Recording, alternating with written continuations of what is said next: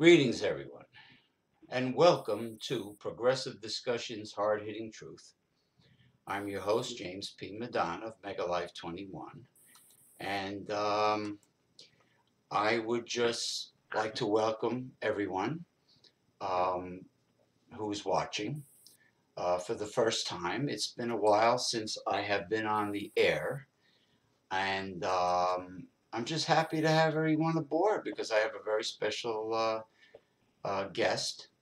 Um, I just want to say I want to give 7 lucky bells for this week's Progressive Discussion Show. And I want to emphasize also the series that we do that I call Corrupt Capitalism in a Conch Shell. And there is the conch, soaking that conch energy from Davy Jones' locker. Let's see if King Neptune has anything to say. Yes, King Neptune. Oh, don't get your panties in a bunch. I mean your wetsuit. Don't get your wetsuit in a bunch. I will introduce the very special guest. Yes, I will do it right now. Okay, you like my fireside chat? Thank you. I'm glad you enjoy the look of it. Uh, uh, okay, all right, no problem. Okay, that was just King Neptune. Um, I would like to welcome a very special guest, and it is the debut of this very special guest and co-host by the name of Dr. Remulack. Dr. Remulack, welcome aboard our pirate ship here. Oh, great. As long as we don't sink, I'll be all right. No, we have a titanium hull on this pirate ship. We need one at this point. Oh, yeah, and I just want to say a little bit about, just to get things started. Um, the United States of America right now is definitely an example of being living in the end times in Satan's world because corruption is abound. Our millennial generation has been dumbed down. You know, academia is dumbed down. I mean, they don't even know basic geography that we knew when we grew up. People don't vote. I mean, in the last major election, I hear 63% of Americans did not vote. They were too selfish with their hedonistic partying lifestyle to get the asses of the masses in there to vote. Because if you really want to vote, you'll make it your business to vote. I do. It took me 15 minutes to vote. And people are not getting involved with their government. They're not attending the town hall meetings. They're just they're in these self-contained little private worlds of theirs. They're a little bubble, you know, like people on social media have their Facebook profiles and they have their friends lists, and they wouldn't dare express themselves in public, and they're just I call them sycophants. There's two kinds of people: sycophants and Pollyannas. The Pollyanna is would be like an ultra liberal, politically correct, pandering person who wants everyone to desperately like them or love them. They need to be liked at all times. They're afraid of offending anyone. And then the sycophant is your brown-nosing suck-up who lies through their teeth. The two-party system, to me, is definitely corrupt and paid off. The oligarch, plutocracy, oligarch, whatever you want to call them, corporate CEOs, the top 2%, they have bought our political system, and it's really in bad shape now. Um, yes, I believe the 2016 election and the primaries were rigged. I don't have cold hard evidence, but I believe it to be true. So, Dr. Remulack, what is your take on all this? Well, as a younger American, I'm 38, and I graduated school in '99, just before this mess that we called 9/11 and the Patriot Act that got forced through. And because of security, everybody wanted the Patriot Act. And nobody realized what was in that bill. It was 5,000 pages, and nobody took the time to read it. And, you know, you mentioned the dumbing down of this millennial generation, and it's in that bill. And no one wants to hear that because, well, why would our own government do that to us? I think it's pretty plain and simple, Mr. James, that, you know, an uneducated society is very easy to control. And I think that has backfired on us because, like in World War II, after the Japanese bombed us, the Emperor of Japan said, "I think we've made a mistake. We've awoken a sleeping giant." And I don't think that the people really understand what is going on around them. And you're right. I think they're extremely frightened by being politically incorrect in public. The smartphones, the social media. You watch these people walk down the streets, and they are zombies. And I don't know, you know, how far do you have to go before you actually stand up and scream and start grabbing people and shaking them and say, "Come back to reality"? I mean, that's my thoughts on your opening monologue there. I mean, it's gotten to the point where we, the people, if we don't stand up and do something, we are going to lose everything. Just like France did, just like England is. It's happening in England right now. These people stood by idly, and their country is literally falling apart. And no one can do anything about it to stop it. And when you do, you're called an Islamophobic, a racist, a bigot, sexist, a misogynist.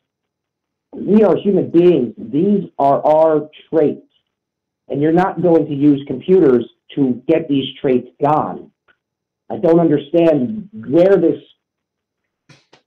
demonic thinking came from, but I have a few good guesses, but I don't want to get us kicked off the live feed. Well, I mean, heaven forbid we should have a huge solar flare and the major grid should go out and we should end up having martial law and everyone would be off the grid. I mean, could you imagine if people are trampling each other to get the first Christmas season sale? Could you imagine when food runs out and there's no electricity? I mean, people don't want to believe that that'll ever happen. It could happen. That's the biggest problem. It could happen quickly. Oh, it can. And, you know, and if it does, I really feel bad for the folks that are not self-sufficient. I mean, everyone said, you know, you work, you could have bought a house. I own my home. It's not big. It's a camper trailer. I love it. But I've also self-educated myself after high school. Yeah, could you imagine? You have to be intelligent. An uneducated society is the worst kind of society to live in. Well, speaking of self-education and being self-taught, I mean, I got to be honest with you. Every time I was in any type of classroom, whether it be as a youth or as an adult in technical school that I went to 2 separate occasions, all my textbooks were outdated. They were a waste of taxpayers' money. They were a waste of student money. They were outdated, and even the professors told me they were outdated. And it's like, remember when Jay Leno was on the Tonight Show, and he used to ask young people, you know, could you identify what is this state? What is the name of this state and that state? And they couldn't do it. I mean, oh yeah, it's really pathetic. I mean, when we're old, these are the jabronis that are going to be running the country. That's frightening. That is frightening. I don't know if you've had any conversations with this younger generation, 18 years old and down, but unless they are homeschooled and have 2 parents in the household and have some sort of moral compass, when you talk to them, when you have a conversation with them, um, they're clueless. James, they're clueless. They don't know. I mean, in 2000, 2001, they stopped teaching cursive in the schools, and all our founding documents, the original versions, are written in cursive. If you can't write cursive, you odds are you can't read it. Yeah. Well, I'm pretty good at And cursive. and but they've done this. They've done this by design because this is how they've made every other major nation fail. Right. And what people don't realize is, and that's another thing that really gets me. I was never a super smart individual, but I know how to play chess. Oh, And the real problem is I do too. that Yeah. people don't realize that we are that last piece on the chessboard standing of freedom, a beacon of hope, and they are trying to literally burn down that little last bit of hope that we have as humans in the United States, and it just cannot be allowed. They constantly rail against the Second Amendment, and you can't say that's hurtful. Well, wait a minute here. My First Amendment right gives me the right to say anything I want, as long as I'm not screaming fire in a crowded theater. If I'm backing my information with fact, then why should my freedom of speech be quelled? And more importantly, I'm a member of the NRA. I happen to I believe in the right to bear arms for its exact reasoning put in that Constitution. And people just don't understand what it's like to be in a situation where the only thing you have to defend yourself is that Second Amendment right. I mean, they're fine with getting rid of the Second Amendment, James. What about the Eighth Amendment? Most of these kids don't even know what the Eighth Amendment is. The Eighth Amendment is your right against cruel and unusual punishment. Well, how about your Sixth Amendment? Let's get rid of that one. Your right to an attorney.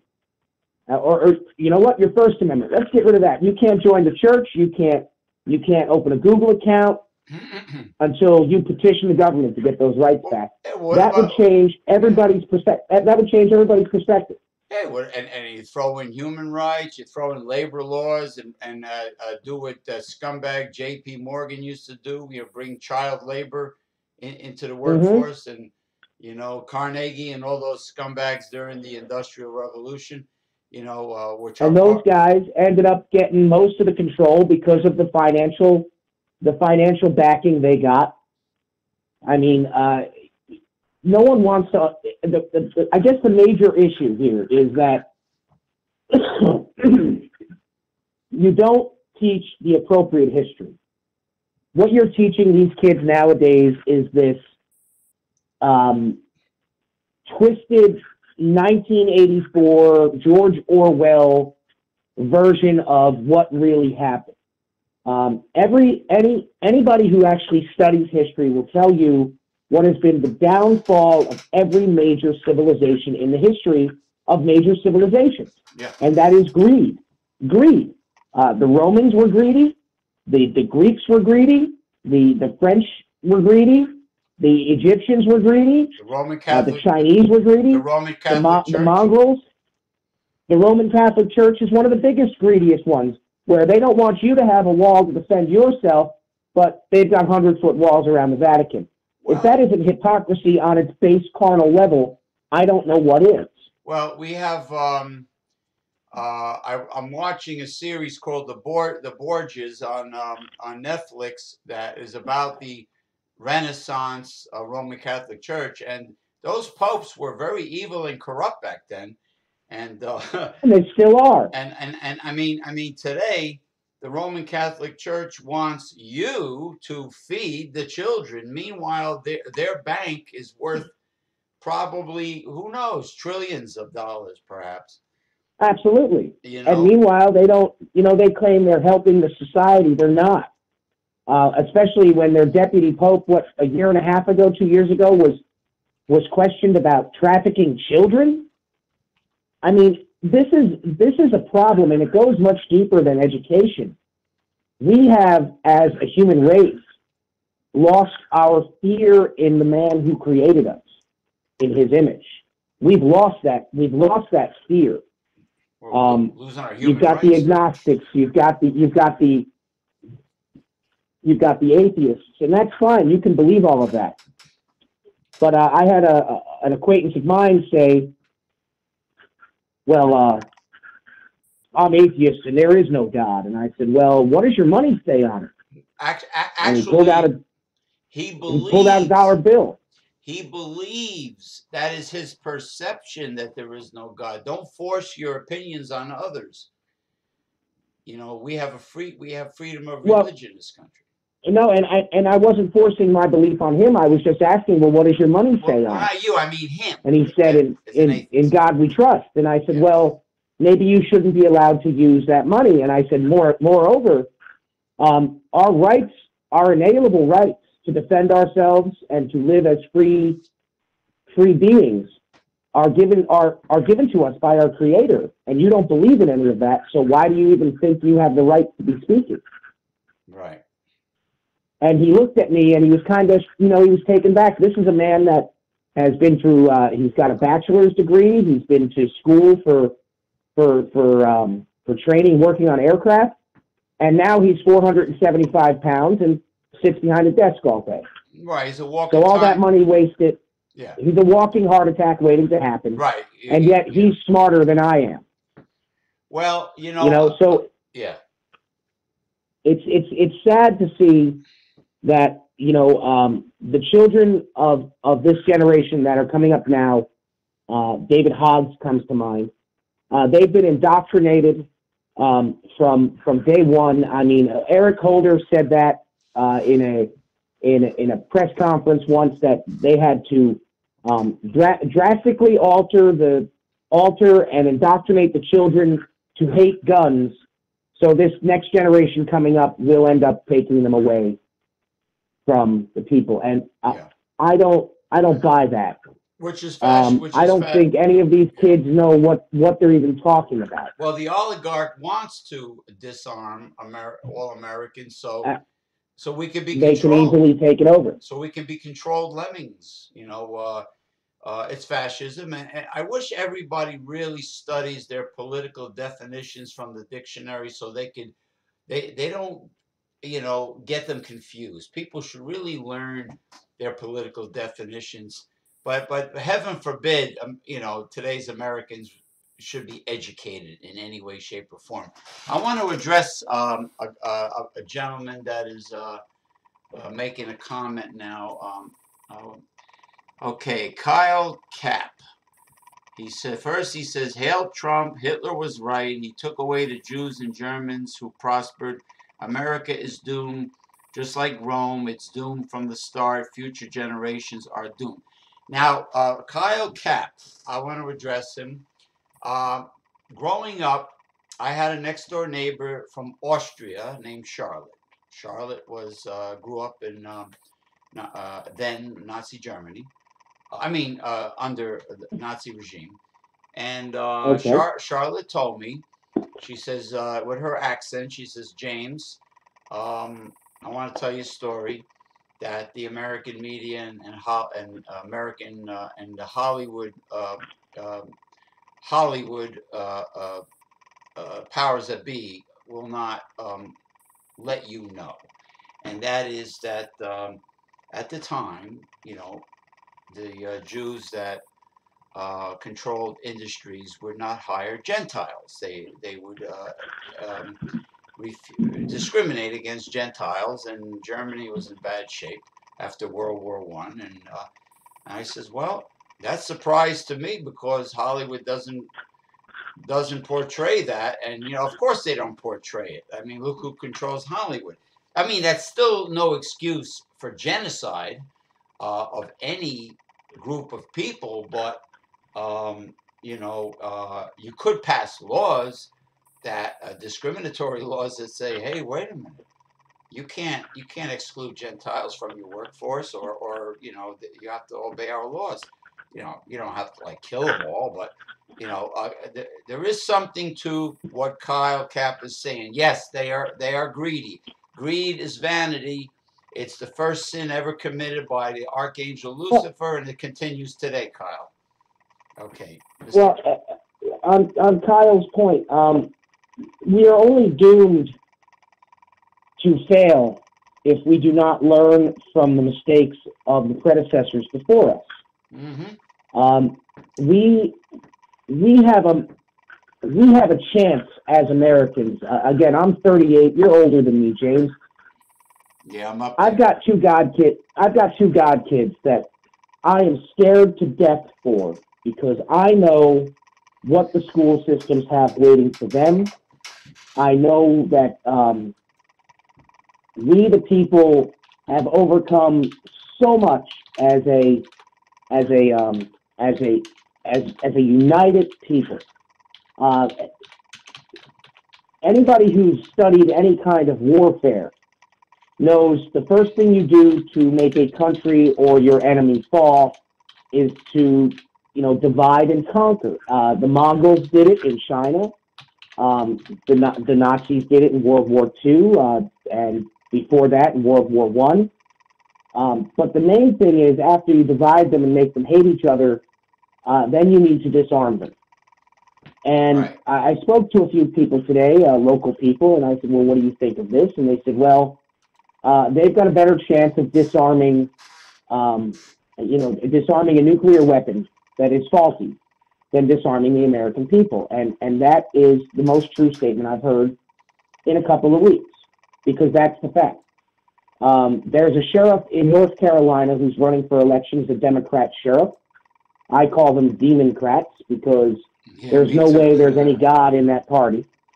And he said one of the constituents in his, out in his little area said, "You can have them when you pry them from our cold dead hands." And he smiled and looked at the camera and said, "Okay,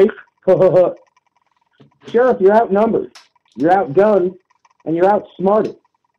Because odds are the people you're going to be hunting down for those weapons have higher IQs than most of your deputies." And you can thank the school system for that. I tried becoming a police officer, and I was unable to be hired. And I said, "Well, what's the reasoning?" And they said, "Well, your IQ is too high." And I said, "What do you mean? I would expect you would want people that understand the law and uphold their oaths." They don't want that. Mm-hmm. The police they want are like you said, lemmings. They want people that are just going to follow their orders, Mm-hmm. and that's not good. These are the people that we put in charge, and we saw this massive failure down in Parkland, Florida, where the sheriff there, in his manual, tells him to approach the active shooter and disarm him immediately, and yet the school resource officer did nothing. 17 lives were extinguished. The man who did this horrible thing was on the radar of the police, of the FBI, of the school system. Right. And because of Eric Holder's Promise program, where we want to stop the school to prison pipeline. If you want to stop the school to prison pipeline, have some parents at home instead of having video games. Have two parents in the household. These people that have kids out of wedlock. Well, I had a kid with my girlfriend. You haven't made the commitment to marry this woman, but yet you made a child with her? You can't make the commitment to marry them. How can we know you're going to make a commitment to take care of that child? Because here's what the kids nowadays have failed to realize. The younger parents that are coming up, this message is for you. You have a duty, not only to that child, but you have a duty to everybody else in the society to raise somebody who's going to be a functioning part of society. And someone who's not going to grow up and be a rapist, murderer, or bank robber that I'm going to have to pay for the rest of his life or her life in jail. People fail to realize that. Well, look at this. Speaking of They kids, look at the nature of the video games. They're all about violence, war, car theft. Well, they glorify the criminal mentality. I took a screenshot of a YouTube advertisement. Right. And I sent it to a friend of mine, and I said, you know, the left is screaming, we have to have gun control, gun control, gun control. Everybody's got to turn in their guns. And yet every video that I click on YouTube, Guns of Glory comes up as the advertisement. Right. So what the hell are you doing? What are you doing? You're putting your own foot in your mouth because you're telling us guns are bad, guns kill people, but yet you're showing me ads for Guns of Glory. Hey, what the F is going on? in the Middle Ages, they used to the Vikings used to hack people with battle axes and they used halberds and spears and swords. I mean, you know, if you want to rub somebody out, if there's a will, there's a way. Right. But the point it's funny that you mentioned Vikings because I believe MS-13 is doing that, hacking people a bit. And thanks to our lovely lax immigration laws, these people are now in every corner of every state. Nevada, West Virginia. West Virginia has MS-13 gang members. Come on, really? The two poorest states in the nation is probably Mississippi and West Virginia. But when you think of West Virginia, you think of a real redneck, moonshine-making hillbilly state. Oh, yeah, and you know what, though? I mean, you ask somebody how West Virginia became West Virginia, and they won't be able to tell you. Well, it's an Appalachian. They're Appalachian people that kicked the British ass towards the end of the Revolutionary War. They also they probably were part of the Virginia territory overall at one time. They were, but the reason they became West Virginia is because it would take representatives so long to ride their horses to vote in Congress that they ended up just becoming a separate state. Oh, okay.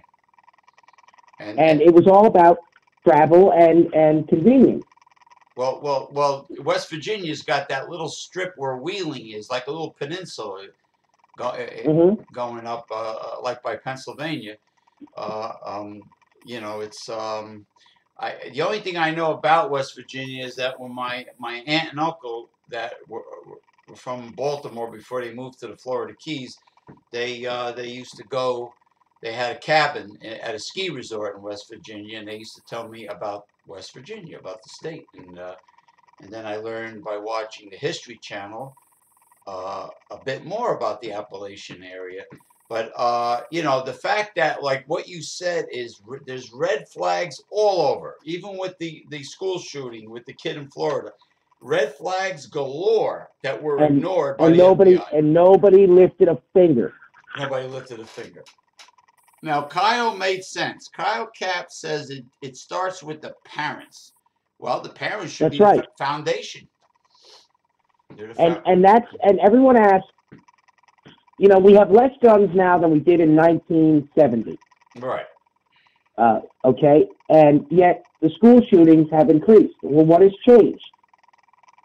And what has changed is your home, your families. The family unit has broken down. You've got single mothers having 5 or 6 kids out of wedlock, different fathers, no God in the house. Well, I'm sure man-hating lesbians with love for traditional couples families to be removed. To break up. You know, I know. But that's never going to happen. I know we're going to get heat for what I just said, but I don't care. I tell it's the truth, though, because here's the deal, and that's the biggest problem in this country. No one wants to hear the truth. They want it sugar-coated. They want it, well, that's your truth. No. There is no your truth and my truth. There is the truth based in facts, and there are lies. Right. End of story. You can, look, prove all things, hold fast that which is good. That's 1 Thessalonians. You see this Grant's imported Scotch whiskey I have in my glass? That's tangible. I can see it. I can feel it. I could taste it. This is proven reality. Okay. I dig what That's you're right. saying. Okay.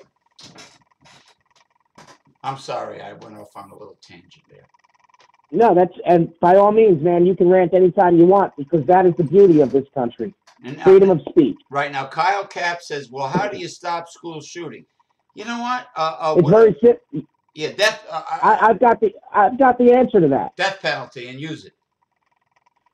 You arm, you put, listen, after 9/11, we worried so much about security that we literally destroyed our right to privacy when we go through the airport.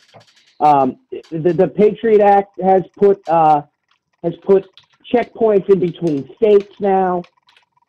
We've increased security for our leaders. We've increased security for the banks. What about the kids in the schools? You left these soft targets wide open. And you know what? Does anybody even know when the first school massacre actually happened in the United States? That was it. It happened in like 1927. Oh, wow. And it was with dynamite. So it wasn't even with a gun.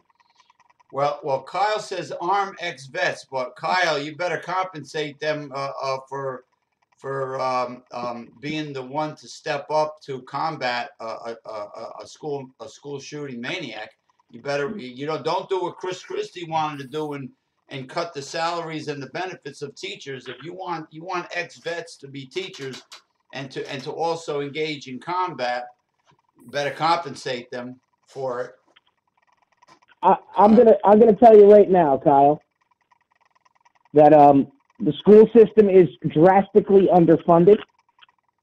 Ever since it went to a federally controlled education system in 1979 under, I believe it was Jimmy Carter. By the way, that was an abortion, and I wasn't even alive for it, but I heard the horror stories. Man, he was a submarine captain too, I heard. But the problem is that when the school systems were state-run, those school systems were better funded. The teachers had better salaries. They had better benefits. And they turned out more kids that had an actual education of the grade they were in. Right now, the average kid that graduates high school cannot read past a fourth grade level. And that is embarrassing. Not only to the American people and the American taxpayer, but that's an embarrassment to us around the rest of the world. You know, the Dems and the libs, they love to say, well, these folks come in from Asia and they do better in math than we do. Okay, well, look at their home lives, ladies and gentlemen. Most Asian families have two parents at home, and they are very active and involved in their kids' lives. In America, we hand the kid $300-400 a week and say, I don't want the cops calling me, don't get in any trouble. What are you kidding me? That's not parenting. And that's another thing. The parents need to realize you are not your kid's friend. You are their protector and you are their parent. You are the ones that are supposed to be handling this situation. And you are not only failing your children, but you are also failing the rest of society because now, if they don't put this human piece of excrement in Florida to death for killing 17 people, we will have to pay for him for the rest of his natural life in jail at $174,000 a year. Wow. That is not fair to me. That is not fair to taxpayers in Florida. That is not fair to taxpayers anywhere. Yeah, they did a lot. It starts at home. It starts at home, James. Yeah. If we don't have quality family units, you will have crap for children. And that's the way it is. And if people don't like me saying that, well, then come up with other information that is based in fact and debate me. That's the foundation of humanity. You start with a strong family unit. Hey, I mean, you want to live in a hurricane zone, you want to live in the Caribbean or South Florida, well, you have to build a home of cement block and steel. You have to have the foundation, to That's resist. right. Yeah, you just got to have it. You can't have the homes that you have up here, the cheap ass homes that they build up here in the Northeast in a hurricane zone. Of course not. Yeah, you need the solid But foundation. that's a great analogy for for the family for the family. I mean, there was this woman on YouTube. I remember uh, Tampa Tampa Bay News 9 covered it. My aunt told me about it, and I had to look it up. She said, I couldn't believe this woman. I couldn't believe this woman. And I said, okay, I'll look it up. And I looked it up. This woman had 15 kids, um, 10 from one man and 5 from 5 other men. And the news was interviewing her, and she looked in this camera and she said, somebody's got to pay for all these kids. I almost had a stroke. What do you mean, somebody? Somebody. I didn't have them. I didn't make them. Why should my tax dollars pay for your irresponsibility? What about the mandatory sterilization act of getting their tubal ligation if they're if they're on welfare and they have more than 2 children on purpose, like Octomom, remember that reality show? Tubal, Oh my God! When I that heard fat about that fuck. woman, I wanted First to of pull the all, hair out of my head. I'm gonna rant. By all means. Octomom already had 4 children. What is a woman with that already had 3 or 4 children? What is she doing getting fertility pills from her doctor? For what reason, aside from trying to milk the welfare The system system. for more money? That's right. She already has 3 or 4 kids. What the hell does she need fertility pills for God's sakes? Well, a That gentleman I fat know fuck. here said, a gentleman I know here said to me, if you have 2 kids and you're on welfare, we can understand that. But if you have another child while you're not working, while you're on welfare still, we need to cut you off welfare. What business does she have having more kids if she's on social services? I know I'm getting excited now, but I mean, come on, for God. No, no, it's the truth. It's the truth because someone like me who, I don't make a lot of money. I do manual labor for my living, and I enjoy every minute of it because I take pride in everything I do. right. It doesn't matter if it's speaking to you right now or if it's mounting up a tire on an 18-wheeler. I take pride in what I do because my hands are the ones that are touching that job, and it's responsibility. But you can't, somebody like me who could need assistance, I can't get it. But now we're talking about, we'll go into the governor here, where he wants to get $2.5 or $3 million to help undocumented criminal trespassers. And let's call it what it is. If you are here unlawfully, if you have crossed the border unlawfully, you are a trespasser. End of story. I can't go into Mexico and vote in their election. Do you know why I can't do that? Because I would be charged with espionage. And I would either A, be put to death, or B, be put in prison and worked to death. Either way, it would be a death sentence. It is not my fault that Mexico has failed. It is not my fault that Venezuela has failed. It is not my fault that the Middle East has failed. I've never voted for a war in the Middle East. But as far as I can tell through the actual history I've read, the Middle East has been out to kill everybody who's non-Muslim and non-Islamic for thousands of years. Well, look at the What Crusades. would you like? What would you like me to do about this? There's nothing I can do. Look at the Knights. But a collective of people can. Right. The Knights Templar defending the Christians in Jerusalem. It goes way back, like you said. That's right. 2,000 years. You had the first crusade. Right. And it's funny. People laugh. I tell them, if you want to have the cliff notes of history, a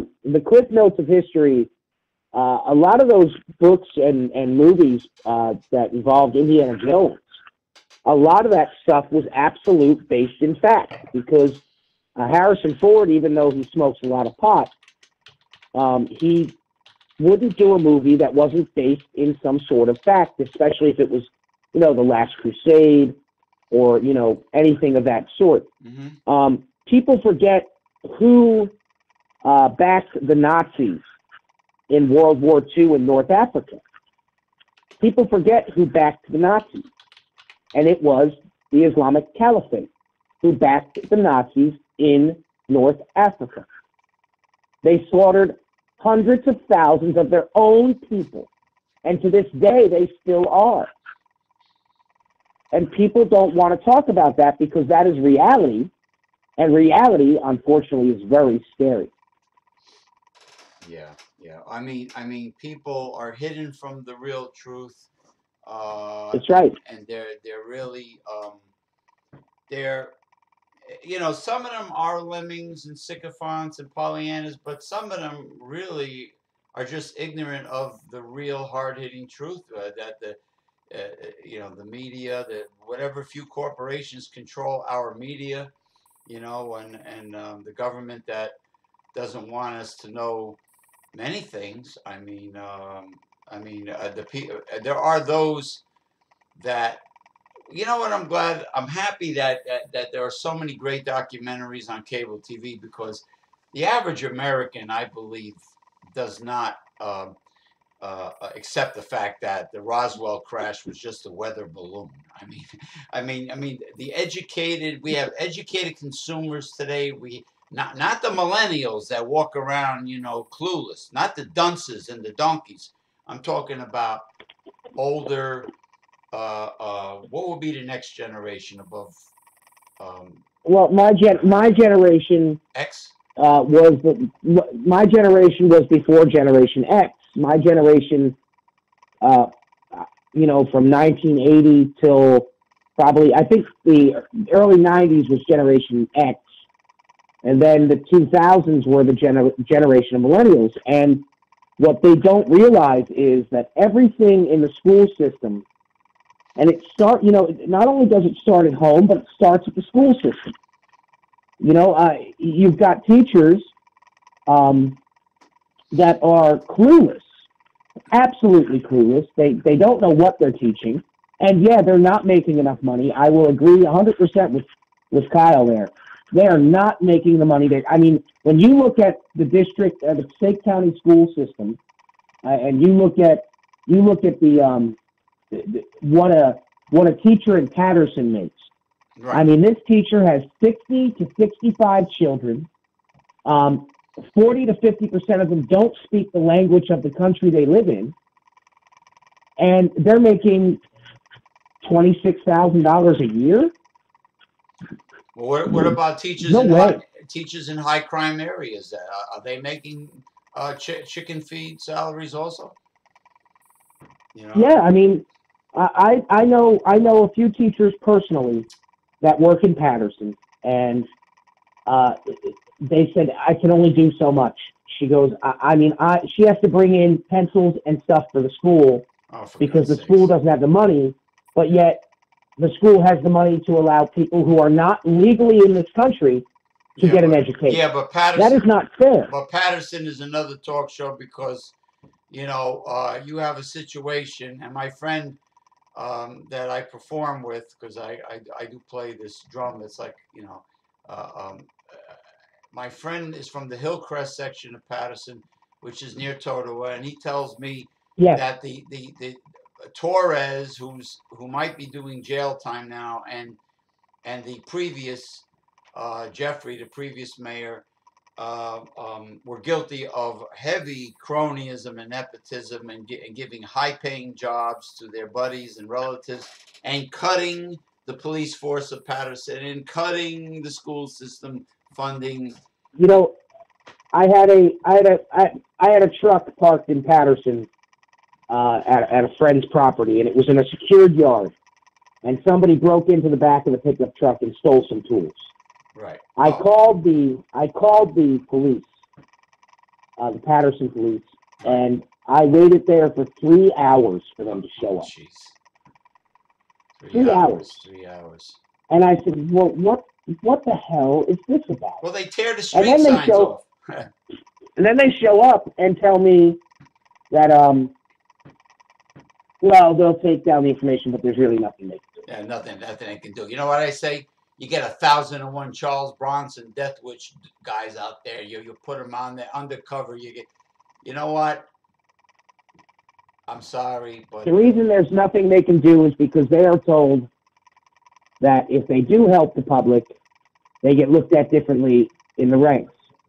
The biggest problem I see in today's society, and this is unfortunate, is that one, we are divided like we've never, I mean, we haven't been this divided since probably the civil rights movements in the 60s. And before that was 100 years before that, and that was in the Civil War. And what really annoys me is that if you ask a millennial what the Civil War was started over, they will instantly say slavery and racism. And that is not what it was started over. It was started over the then President Abraham Lincoln said, we cannot have slavery. We cannot have this. This is morally, it's immoral. Nobody should be allowed to own another human being. End of story. Well, when the southern states started to say, well, we're not going to follow this law, and you said this to me the other day, that the first shot was fired in Fort Sumter. Fort Sumter, South Carolina. We're going to keep our slaves, and we don't care. Well, I got to tell you that 350,000 white Republicans from the northern states lost their lives to eventually free those slaves in a 5-year war. And we don't know how many slaves died. I'm sure there were a lot. But it was right after that, after President Lincoln was assassinated, that the 13th and 14th Amendment were passed. So all these guys out there for gun control that are listening and that want to repeal the Second Amendment that are listening, that 13th and 14th Amendment not only gave the right to the African American to own a gun, but to use that gun if they were ever going to be enslaved again against their captor. Yeah. Well, see, the problem is today we have too much fanaticism, extremism, and not enough voices of reason. We need voices of reason, logic, common sense, and proven facts, not fanaticism. And not junk science. Yeah, right, exactly. Now, Kyle Capp says, and that's what we have. Kyle Capp says the government and the media hides the real truth from us because people can't handle the truth. Now, there is some merit to that. There are a lot of people that would go into hysterics and panic if they knew the real truth. But these are imbeciles and numbskulls, in my opinion. I think a person of high intelligence would not panic. I can agree with you there, but I must say this, that I think that if the people who are educated, who have that critical thinking skills, right? If they actually started to reach their hands out, and no matter how many times they get bit, because I could try to talk to some people, and they will hem and haw, scream and yell, and say, "Oh, well, that's not true. You don't know what you're talking about." James, I got to tell you that we have fallen quite far. We have fallen quite far. Somehow we let these morons, who by the way work for us, we let these people divide this country, and that is uncalled for, and we cannot stand for that. Hey, we outnumber. I am not a racist by any means. Right. I love every hardworking American, whether you are black, Spanish, Indian, Native American, Chinese, Japanese. I don't care who you are. if you have come to this country or you were born here and you're willing to sit and listen to reason and have a discussion, I am willing to sit and talk with you. But if the first thing you're going to do is call me a racist or a bigot or an Islamophobic, I'm not even going to entertain the conversation. Well, you know, the Because system. that's It's not just the illegals that sneak across a border and the women that come here to have their anchor babies. The system oh itself, yeah, the system itself is I'm not sure you're going to working. hear shit for that. The system itself sucks because I'm going to tell you a true story, a short story. My girlfriend's sister lives in Tijuana, Mexico. She has been trying so hard for 8 years to get a tourist visa. A And tourist. she can't. They want And to she can't. know. They want to know her bank account, how much she has in the bank, what are her financial assets. For God's sakes, it's a tourist visa. It's not an H-1B workers visa. It's not a green card. It's a tourist visa. For God's sakes, what does her And assets? she Her can't get it. right for 8 years. What does her financial assets have to do with a damn tourist visa? You know You're this. right. You're right. But therein lies the problem. No one understands. They don't want to. Everybody sees little bits and pieces, and nobody steps back and says, "Well, what's the big picture look like?" All right. Well, let's see what we got. Um, we've got a governor over here that is guilty of sedition and treason. Oh, the Wall We've got a Street. governor. We've got a governor on this side here on the East Coast who's a complete lunatic. I won't say the P word because we have no real proof that he is, but I wouldn't trust him around my kid. He took $7.5 million from a federal VA fund to reopen Planned Parenthood and fully fund abortion. Are you talking about Uh, the former Wall Street boy, like John Corzine, oh, like this John this Corzine was? Irish this Irish guy who just really, you know, he needs to open his eyes and realize that he's not in Massachusetts anymore. Yeah. And Massachusetts, you know, their license plate says "Spirit of America." Ladies and gentlemen, if that's the spirit of America, we're in trouble. We're in a lot of trouble. But this guy is like billionaire John Corzine, who was a former Wall Street. I have no Yeah, respect for him. Yeah. but he doesn't care about the people. All he cares about, and this is where the Democratic Party, you know, John Kennedy was a true Democrat. Joe Kennedy was a true Democrat. The Democratic Party, after John Kennedy was murdered, fell so far that if I was to say what Lyndon Baines Johnson said in the Oval Office before the 1964 election, they would kick me off this channel. Yeah. Well, now of course it's the Democrat Party. That's right. It's the Democrat Party. Nobody wants to hear the truth about it. I understand that there was an arrest made in California yesterday at some sort of sex slave dungeon, Oh, jeez. and the people that they brought out were high-ranking members of the Democratic Party. I mean, what are we doing? Where have the morals in our country gone? I mean, I'm 38, and I am, you know, I lost both my parents young, and that should scare the crap out of people. Right. I was not as scared then as I am now, and I have a solid job with health benefits. I'm more scared for the future of my country now than when I lost both my parents within a year of each other. Yeah. Well, you know, That is insane. well, look at another look at millennials that are going to run this country is they're Right into the ground. they're hypnotized by texting and their friggin' smartphones. They have no manners. You hold doors open for them. They'll never say thank you. Yep. you're online in a store, and you're saying real funny stuff that's cracking up older people are laughing. The millennial looks at you like you're from the Andromeda galaxy. They have no sense of humor. Sometimes I think I am from the Andromeda galaxy. By the way, Oh, not kidding. that deserves 7 bells. Hold on, I got these authentic jingle bells. Hold on.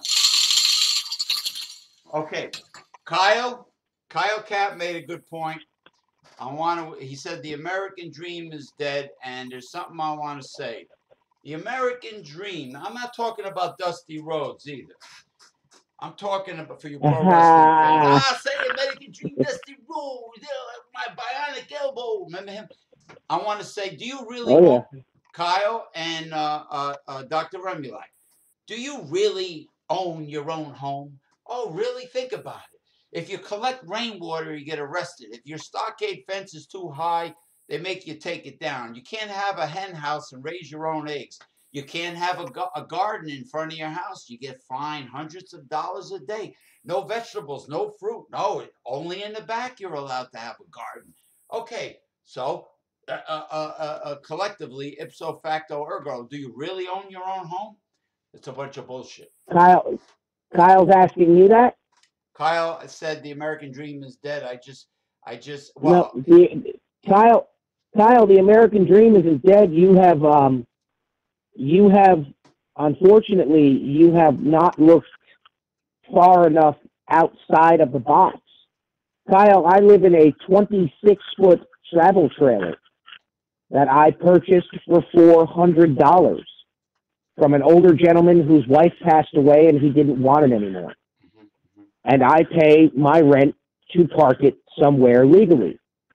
However, because I pay my taxes on that vehicle, I can use that anywhere I want. I've lived on the West Coast. Well, he's talking about. I've lived in Texas. I think he brought up. I own. Yeah. I'm sorry. Go ahead. I own my house, and it doesn't matter what's growing outside of my home, because you have no say on what's growing inside of my home. We need to, as the American people, with one voice, stand up and say, we are not going to take this anymore. Yeah, I think it was. We're not going to take. Right. We're not going to take your. We're not going to take your laws against me having a garden in my front yard. We're not going to take your laws about me collecting rainwater so that I can actually wash my car without wasting drinking water. You're not going to tell me what I can and can't grow in my backyard. I have individual property rights afforded to me by the Constitution and the Bill of Rights. Understand this, Kyle. We are not a democracy. This is something that has been drilled into your head for so long. We are a constitutional republic. End of story. The law begins and ends, James. It begins and ends with the Constitution of the United States of America. Those are the laws. And in fact, I've got a little bookmark page for you. This clause asserts that the authority of the federal government is supreme over the states, and that state laws in conflict with national laws must give way. So Mr. Murphy, who got elected into the New Jersey governorship somehow, I don't know what, I do know how, he made 3 days ago, he signed a bill to legalize weed. Well, here's the problem with that, Kyle, and everyone listening. The federal government still hasn't legalized weed. Nobody knows why it's illegal. I can give you some knowledge on that. Do you know who makes the schedule of drugs and who actually runs the DEA? It is not the federal United States government. It is the United Nations, which I believe we should not be part of. Because quite frankly, all we do is pay out to them and not get a damn thing back. They should move the United Nations to like Geneva, Switzerland or something. Move it there, and then let us keep the building that we built, and we can turn it into a school and actually educate the kids that need education. I think Kyle was. Everyone says, Yeah. go ahead, go ahead. I think Kyle was referring to the eminent domain law a while back about the American dream. Yeah, I mean, yeah, they could take it from you. You know, I mean, shit. I don't know. But they can't. Because, again, who do the people that make these laws work for, James? Who pays their salaries? Who pays for their security details? The people that You want to, if you want to make a statement, if you want to make a statement, a real big statement right now, you get somebody in your Senate or your Congress that says, you know what? I'm going to protect myself. I don't need a security detail. And I'm going to repeal the Security Details Act. And guess what? The minute you do that, and the minute these political leaders, quote unquote, realize that they don't have 10 or 15 men and women with, you know, semi-automatic machine guns and sidearms, they will change what they believe in. Because then they are exactly like the rest of us. Because New Jersey, I can't strap my sidearm on and walk around with it. Right. Because every time a cop would see me, I would be harassed. Yeah. Okay. I want but to. Yeah. in Montana, I can't. In Montana, I can't. Okay. I want to. Kyle wants me to tell you something. Kyle Cap says you don't own shit because they can take it from you. They can take your accounts. They can take your cars, your house, your gold, everything. But guess what? If you don't follow the law, they can take it.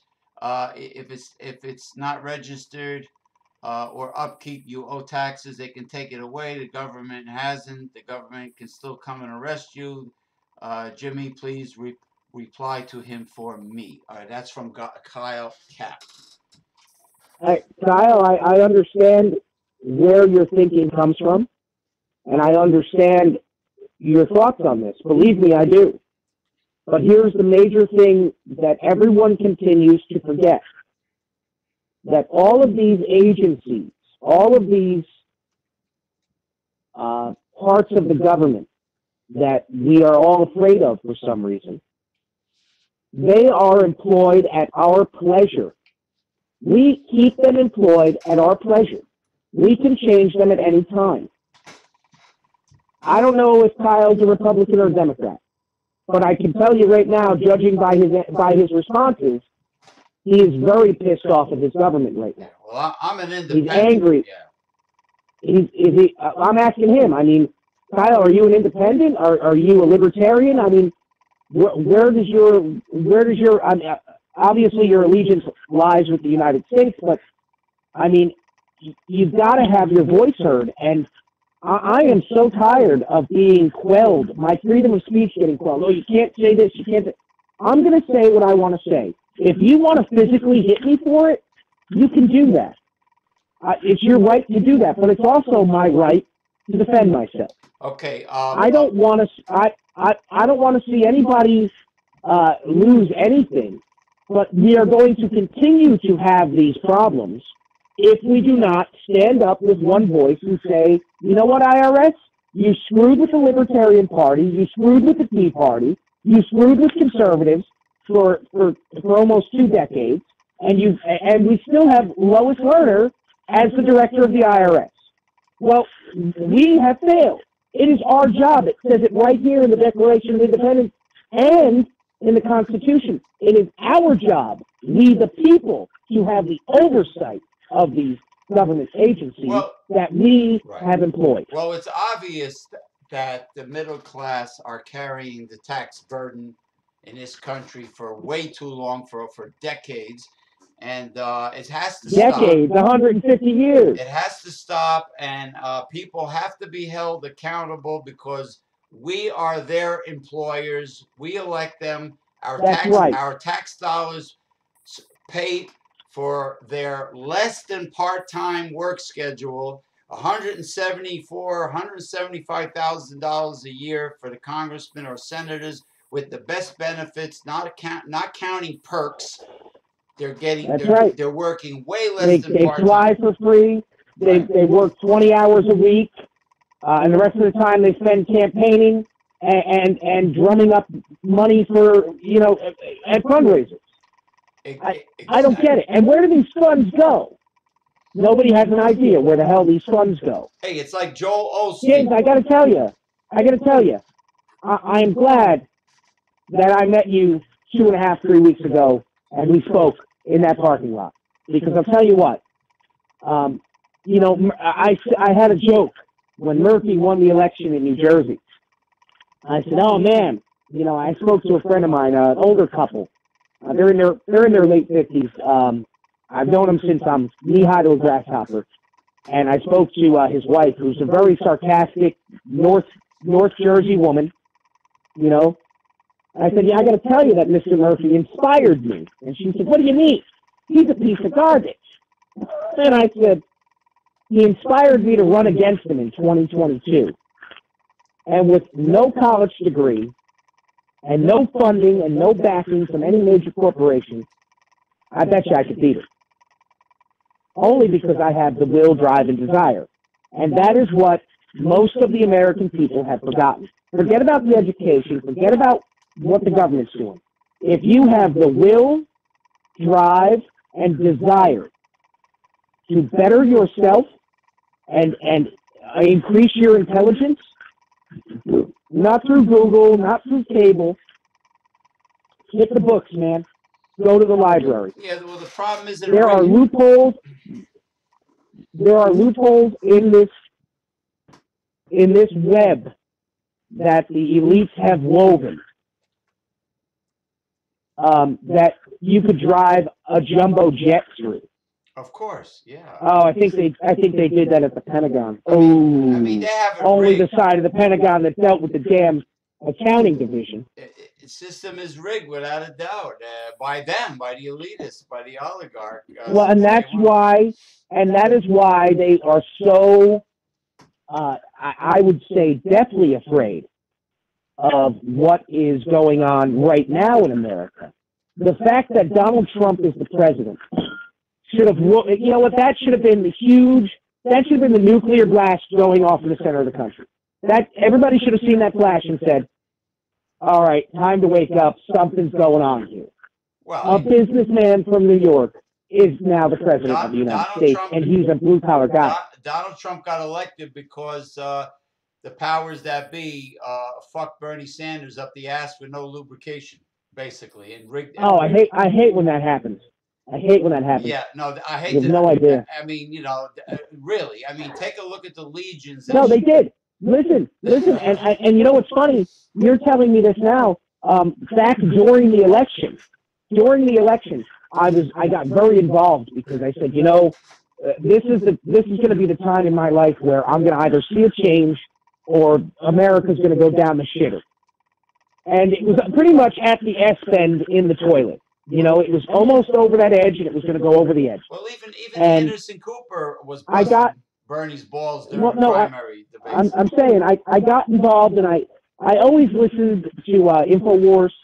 Not all the time, but I would listen to it, here and there sporadically, and then I started listening to it. Actually, Hillary Clinton. I saw a video of her on YouTube. She didn't realize she was being recorded. In fact, it's still on YouTube. And she said, "We are in an information war, and we are losing." She was in Congress, and she said this. And I said, "What the hell did she just say?" And I instantly went to a radio app that carried InfoWars, and I started listening.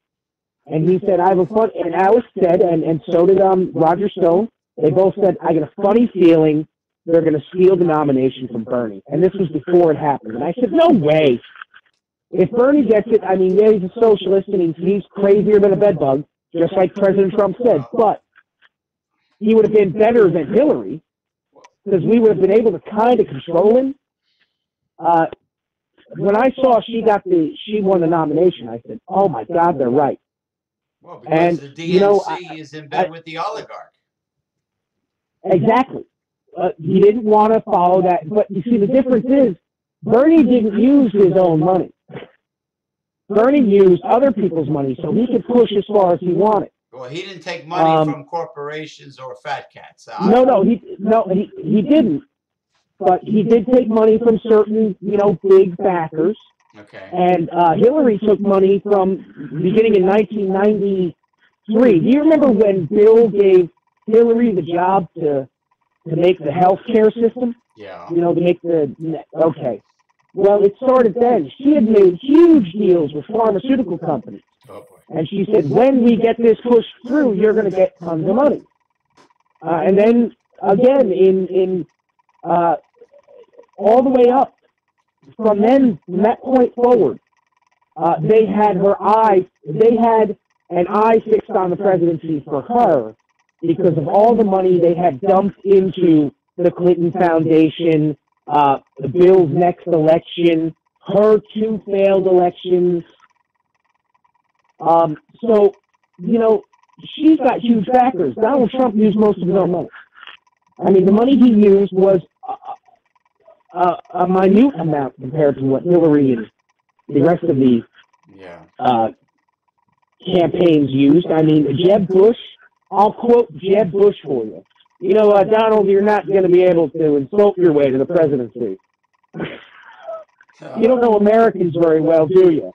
Well, Deborah Wasser cunt shits, the carpet muncher. Easy. The carpet muncher. The carpet muncher. She didn't. She was and still is, and I've got listen, this whole group of, I had a friend of mine got injured in Pulse in the nightclub in Orlando. And she's a butch woman. I mean, I wouldn't mess with her. And she hits you, she can knock your block off. And she's cut and she's ripped, but still a woman, didn't go for any kind of transitional anything. Okay. And I'll tell you what, these people here in power have this different thought on that. Yes, they might be sexual deviants, but they have an evil about them that is, I liken it only to the pure reincarnate of Satan. And anybody who's read the Bible and has read Revelations especially, you'll see that we are in a fight for our lives. Well, they want to sabotage. They want to sabotage the traditional family structure, basically. That's it. That's right, and it's always been that, because without that family structure, you get what you're getting right now. Nicholas Cruz came from a broken home, was adopted. His adopted mother dies. This kid calls the police and says, "Come get my weapons. I don't feel right." And they ignored it. But I pay you to protect and serve us. Right. You're the people you're the people who claim if you have anything, you find anything, you see something, you say something. Right. And we did. We said it 47 times to the police department. We said it at least 3 times to the FBI. But and this is another thing people don't realize, and this is for Kyle. That last administration that was in office, I mean, the politicization of the police departments, the DOJ, the IG's office, the Attorney General's, all of that started way back in 1992 or 1988 when George Herbert Walker Bush went into the office. Right.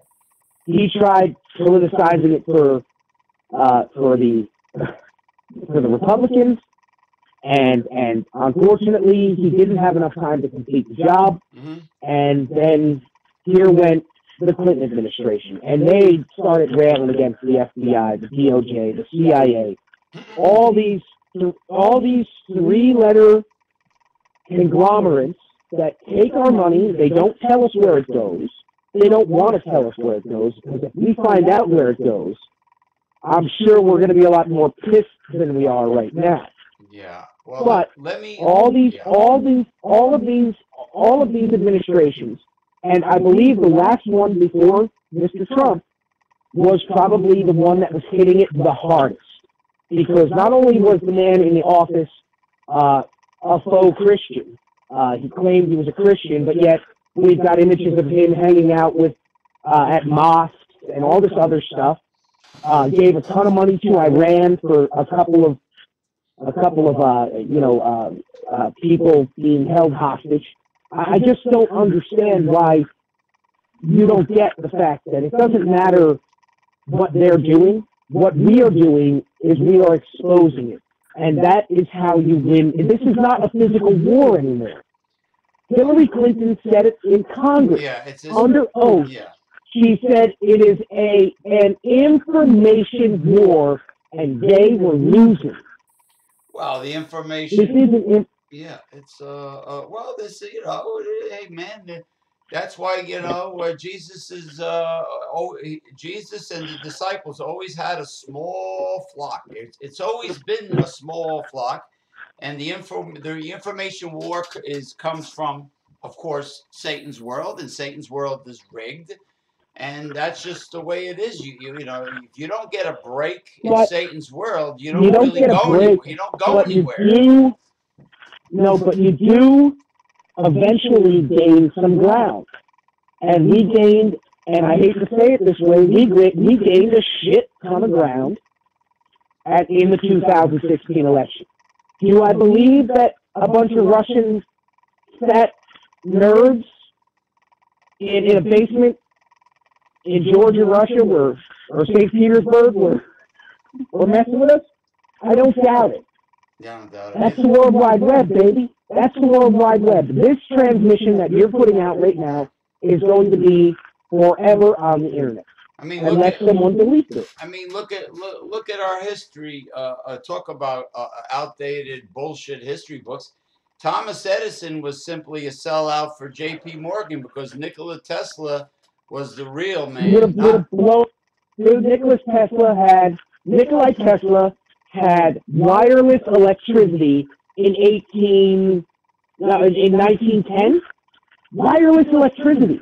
And Thomas Edison, he originally started out with batteries. Well, Nikola Tesla took a Packard car, I think it was, and he made that sucker go really fast on pure electricity. He right. If they would have went with Tesla, the world would have been much more advanced than we are now. This is true. And no one wants to realize that people have hinted at this for decades. There's a movie called On Deadly Ground. It's with Steven Seagal. Okay. And it takes place just after the Exxon Valdez had its oil spill. I think it was made in 1990 in Alaska. And it had to do with a greedy oil conglomerate, Aegis Oil, who was run by Michael Caine. And at the end of the movie, or during the movie, he's speaking with one of the native girls from Alaska. Her father was just murdered by an agent from the oil company. Anyway, he had hinted to, maybe I should just say a prayer, and all of the technology and all of the new age equipment that's been repressed for 75 years will just come forward. I mean, they repressed the fact that the government might have been involved with killing Kennedy. You're going to tell me they're not going to repress a carburetor that could have gotten a car in 1970 or 1975 100 miles to a gallon? There was a story that went around the Motor City for about 10 or 15 years. It was an urban legend by the time I heard it. Like the movie Tucker, remember that? Oh, dude, that was a great movie. But the urban legend I heard was this guy bought a 1975 Oldsmobile. Right. And one day when he came out to his car, the carburetor was gone, but he filled it up when he left. I guess it came with a full tank, and he ran that car on that full tank for almost It was like a 22-gallon tank, so he went 2,200 miles on a tank of gas. He's like, wow, this is the best car on gas. And then he told somebody about it, and like 3 days later, he came out, his car was vandalized, and the carburetor was gone. Wow. And he brought it to the dealer, and they put a new carburetor on it, but he only got like 12 miles a gallon. Oh, geez. So there is technology that has been repressed for generations. And I guess in order to get to that, you've got to realize where we are. And if the lying and the cheating has been going on since Carnegie and since the White Star Line, right. And it has been, let's call it what it is. We need to cut this venom off at its base. Okay. You need to take the legs out from under it. You have to take the legs out from under it. Right. And unfortunately, like I said, it's now an information war. It's not a physical war. So in order to take the legs out of something, it's now the money. Yeah, well, like Jesse Ventura always says, follow the money trail. You know, and well, and that's what Trey Gowdy did. And I think he retired from the Congress. I mean, he gave a bunch of different answers. And I've actually met Trey Gowdy. He's a nice guy. But I got a funny feeling, because I've got property in South Carolina. So, right. I get involved when I go somewhere. I mean, nothing like fishing at the Edisville. Right. Nothing like fishing at the Edisville. But I think he was probably told it's time you back off. And, that stuff happens a lot that we don't know about. And it's not smart, I guess, in the eyes of the DNC. I mean, Seth Rich, young guy, murdered, and now the family is suing Fox for investigating? Are you nuts? If people can't see that this is a problem, that we have taken political correctness to a level that is beyond disturbing at this point, James, we need to shut down and reboot.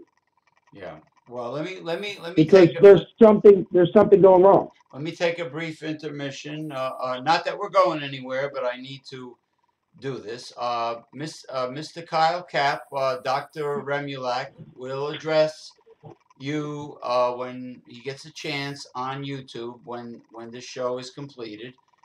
Everything you've written, I assume, will be under the show, so don't worry.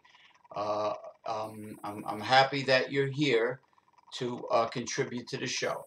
This is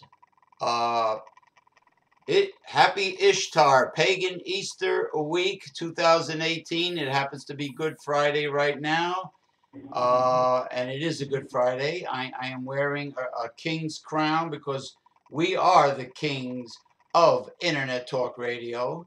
We pull no punches. This is no holds barred, unscripted, ad-libbed talk at its finest, and we hold back nothing. Nothing is censored. We are uncensored, and this is the memorial show for my former co-host, the late great Reverend Dr. William J. Eisenman, and may he rest in peace. And you are viewing Progressive Discussions, Hard-Hitting Truth with special guest Dr. Remulack, and hopefully we will continue the tradition of the show in the near future. And that's about it. Now back to Dr. Remulack. Dr. Remulack. I just feel, James, that we have so much information, and it's right in front of our eyes. Okay. But thanks to that massive change in the mid-'70s to our country, we had, people don't want to remember history. There was a massive women's movement. Families now had two parents working. and the kids started to lose their way.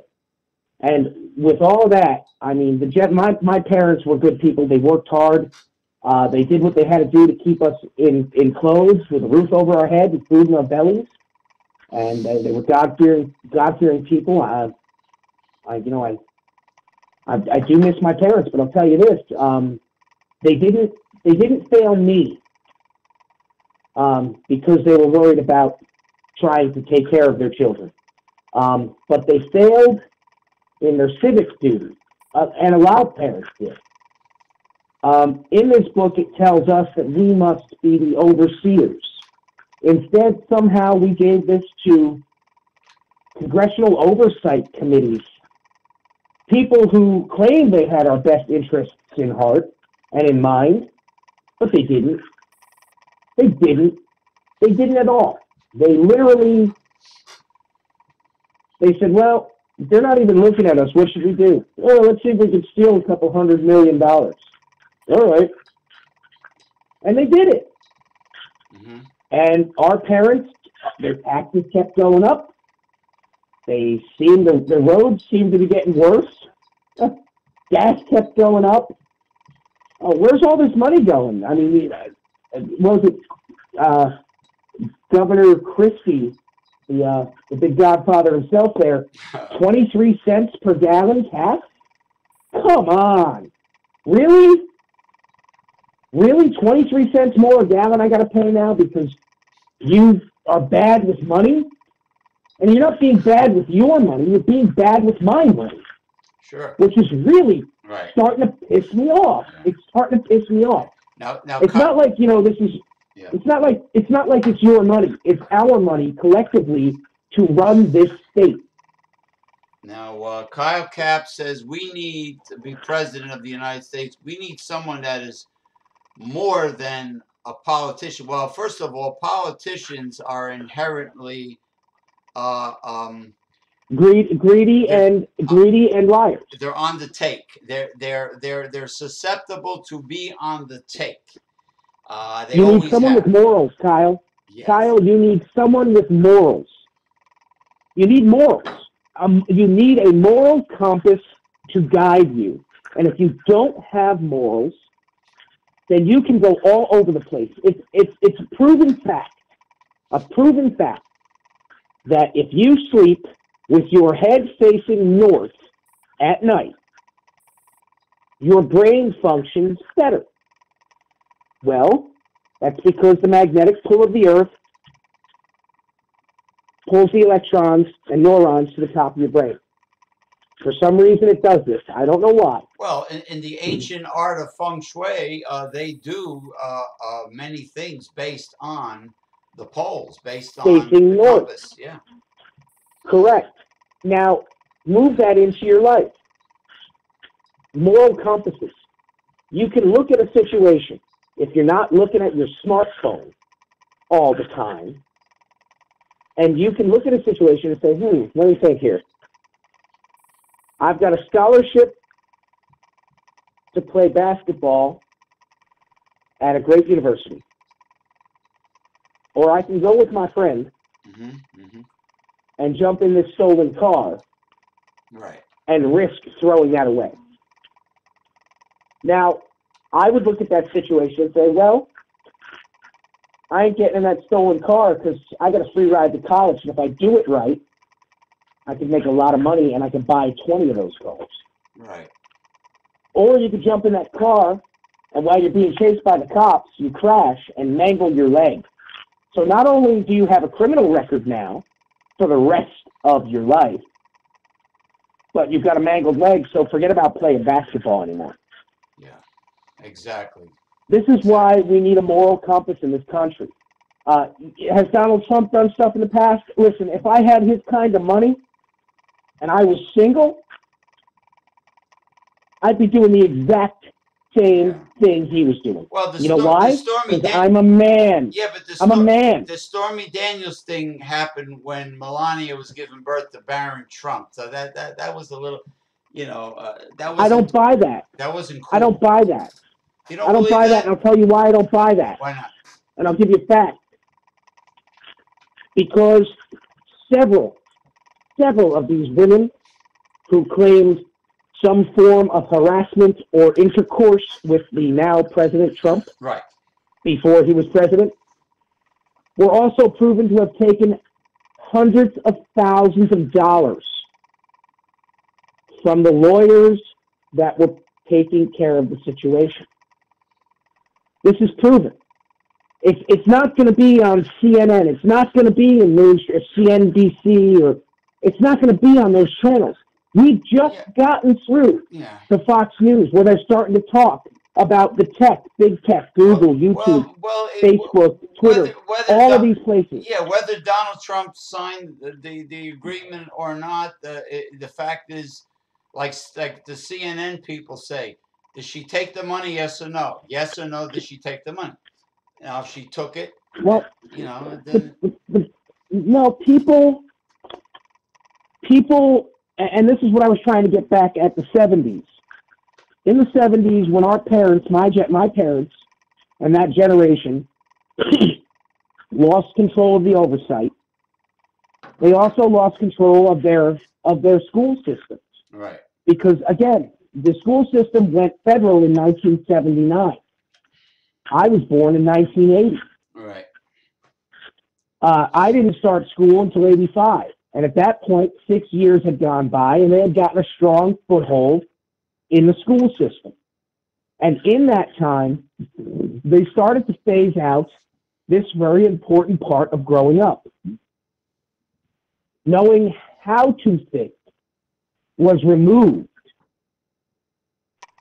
from the situation, and they taught you what to think. Yeah. There's a difference between, it's the same thing with, everyone says, I bring this up a lot too. I say, well, did you hear it or did you listen to it? Because I can hear a car drive by. Right. I hear that all day. But if I go outside and I listen, I can tell as that car goes by what kind of tires it has, what engine it has, whether it's a V8, a V6, or a four-cylinder. Yeah. Whether it's diesel or gas. I can tell that if I listen. And we have forgotten how to think in this country. And that is solely because we, the people, have lost the will to have oversight. I believe every congressional and senatorial district in the United States should have a group of people that are picked out of a hat. You get everyone's name in the county that are legally here, whatever, and their name goes in a hat. And once every 3 months, a name gets pulled out, and okay, you're going to go make sure everything up there goes right. And if you get corrupt, you're going to be out in 3 months anyway, and we'll find out about it. All right. This is a constitutional republic. We have to have our oversight. And unfortunately, with what Mr. Sessions is doing, and I'm really pissed because he didn't want to put up the second special counsel, because I guarantee you Mr. Magoo is on the tape. That guy is Magoo. Yeah. I mean, we haven't even touched on New Jersey. This guy here, he's as bad as Jerry Brown. Jerry Brown in California has made he reduced knowingly giving someone AIDS from a criminal offense to a fine. So if somebody knows they have AIDS and they give it to someone else knowingly without telling them, in New Jersey currently it is a criminal offense. You go to jail. Well, it makes, because you have technically murdered that person. It only makes sense. It's assault. It's a deadly assault, in my opinion. What you just said. That's what it is. It's considered murder because that person will eventually die from this disease. Now, Jerry Brown also allowed Nestle's to bottle California water during a severe drought. I mean, that's correct, and sell it overseas. They're selling water. People don't want to see this stuff. And it all comes back to, and Kyle seems to be like He's just really getting pissed at what's going on. And Kyle, I've been pissed off for the past 2 decades because the weekend before 9/11, I had dinner for the first time and the last time at Windows of the World. And I'll tell you what, the fact that I can't see the curve of the Earth from that North Tower anymore pisses me off. And it started there. But it's gotten worse because now I've read the history. And if you actually read the history and you can control your emotions, and that's another thing with this generation, it thinks with solely its emotions. And that is not the way to think. Well, I'm an emotional guy, right. But you can't think like that. You have to have logic. You have to have an even keel. If you go into a debate, you need to have your facts lined up. I mean, like I said, I listened to the InfoWars thing, and the host there, his son came on and said, okay, I'm getting tired of hearing the anti-gun rhetoric in my school because this kid's a Second Amendment supporter, and he's got a few guns, and he goes hunting with his family, and it's a family thing, and he's getting tired of it. And he said, this kid out there screaming and yelling about taking the guns away doesn't want to debate an adult. He's been asked several times to debate an adult, but he won't. How about debate me? Debate me. Well, and this kid's 15, 16 years old. Right. And he won't even do that. So you got to forget your emotions, bottle them, put them aside, and no one wants to do that because, well, if I get emotional, they'll listen. No, I won't. I'll turn around and walk away because I'll know that you are a waste of my breath. If somebody wants to hear the information I have, if somebody wants to hear my thoughts on things, which I think are pretty even keeled, then God bless them.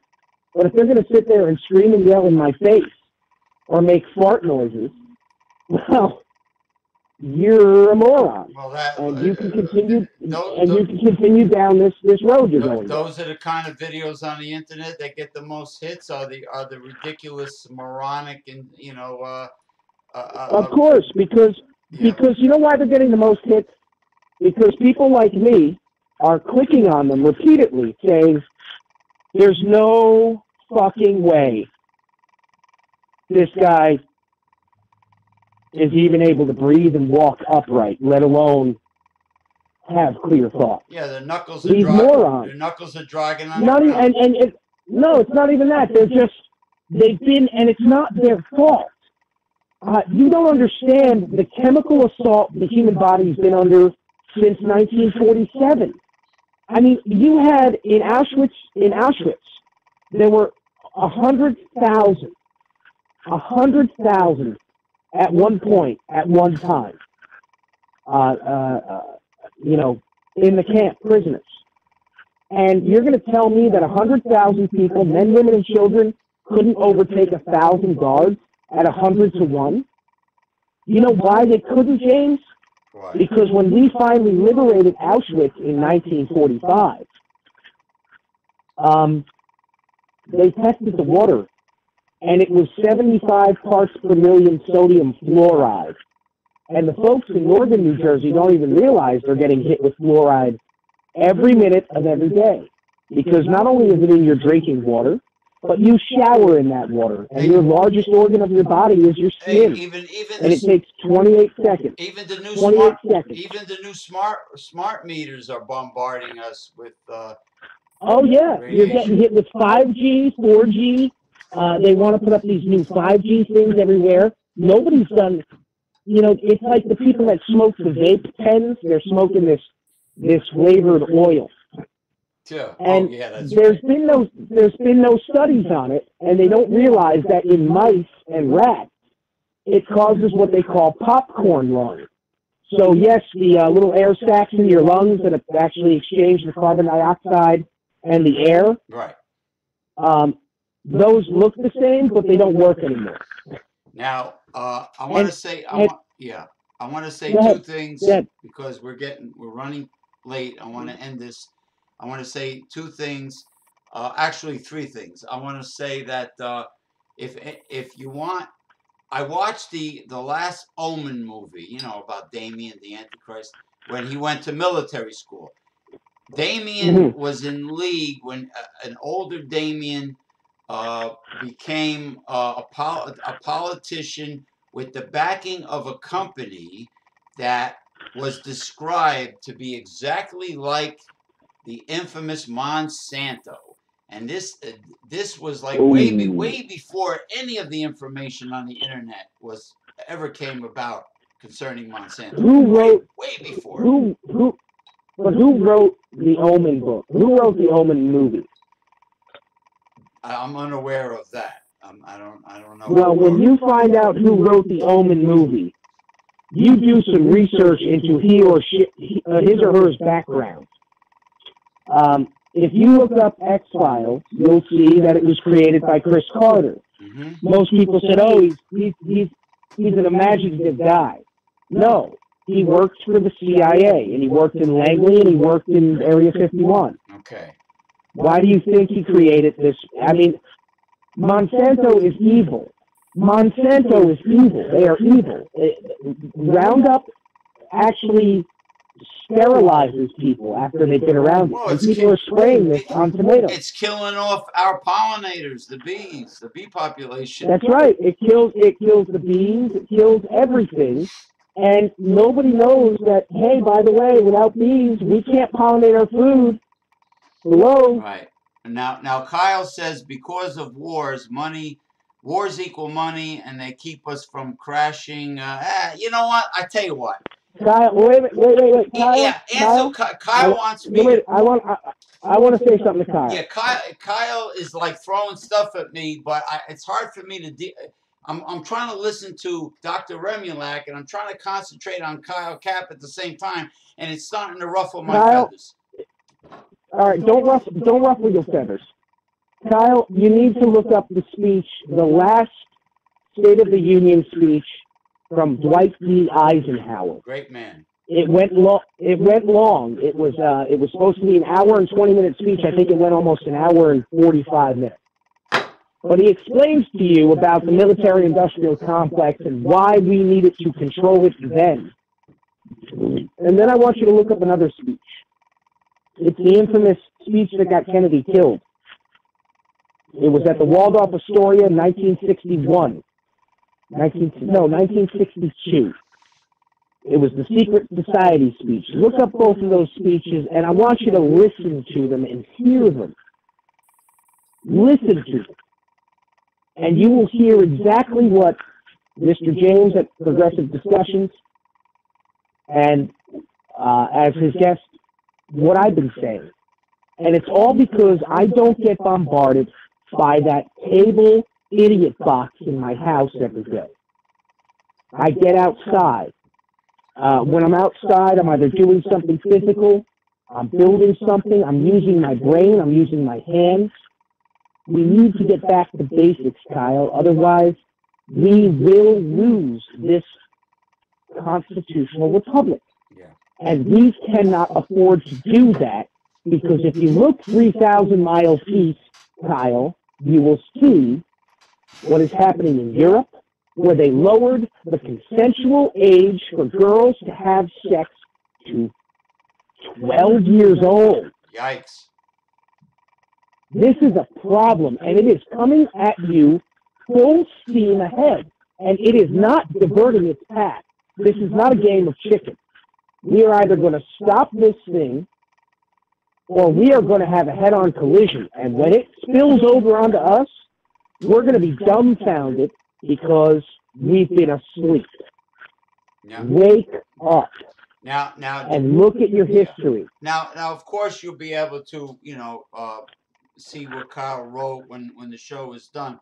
But I just want to say that Jesse Ventura, when he was elected governor of Minnesota on a small budget, on a low budget, yes, sir. Yes, sir. Another great patriot. Comparatively, relatively, yes, and also a former Navy SEAL during Vietnam.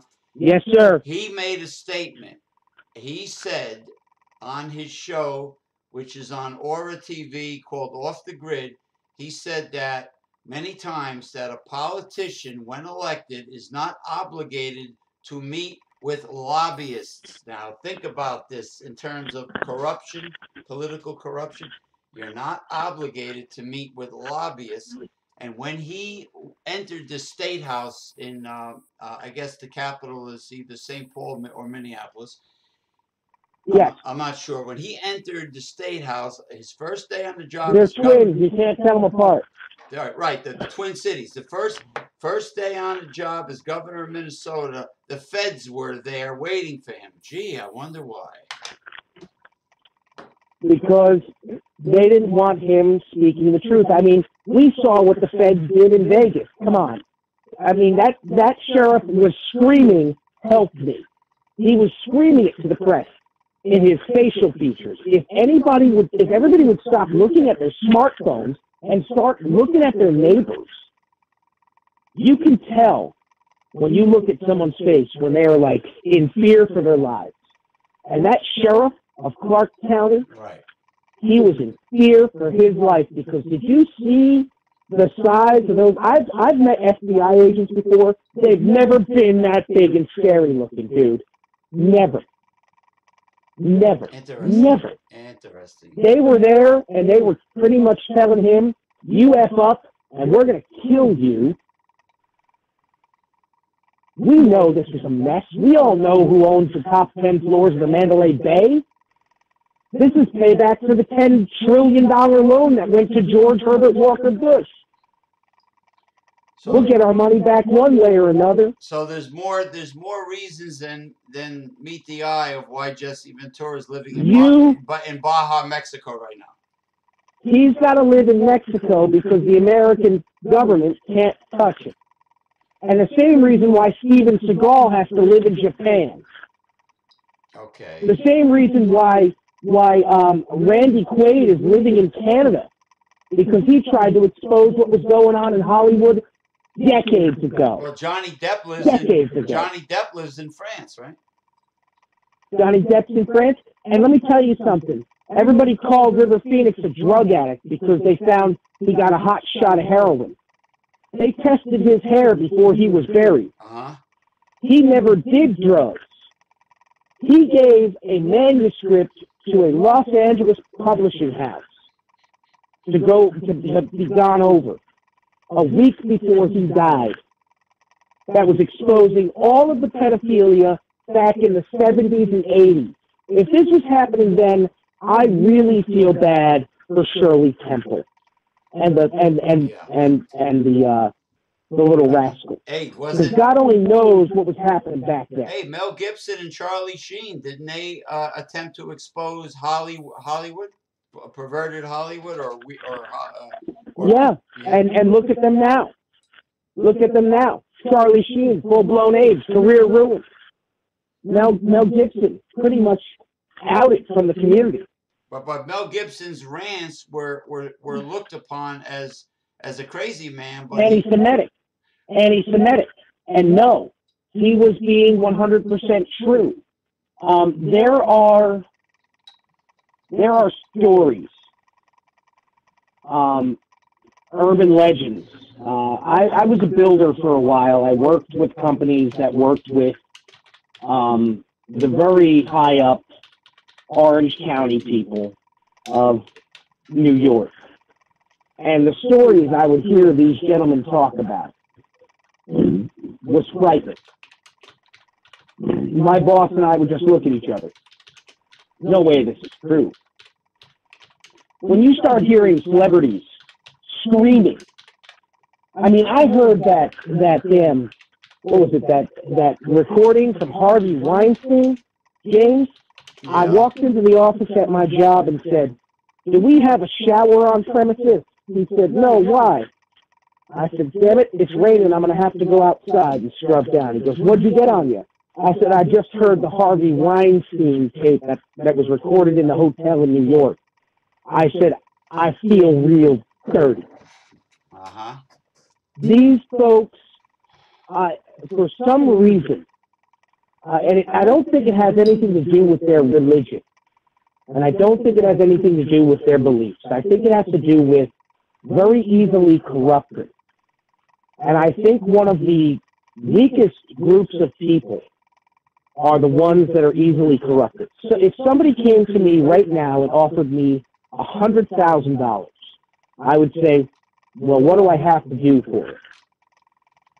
And if they would tell me honestly what I have to do for it, if I had to, help them steal something or whatever, I would probably say no.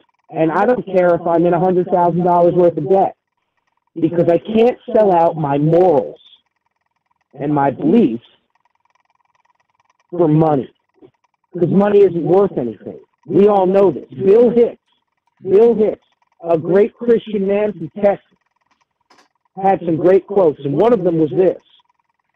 He used to go to Fredericksburg, Texas, every year with a group of his buddies and eat 5 dry grams of mushrooms. And he said Terence McKenna would call that a heroic dose. And that's what Terence McKenna called it. And I'll tell you this right now. He also said that the money's not backed by anything anymore. It used to be backed by gold. Right. We have not seen the inside of Fort Knox since the 70s. So we're in trouble. And I hope that you have me on again. I hope I didn't make us run too long. I have a lot of knowledge, and I want to get it out there.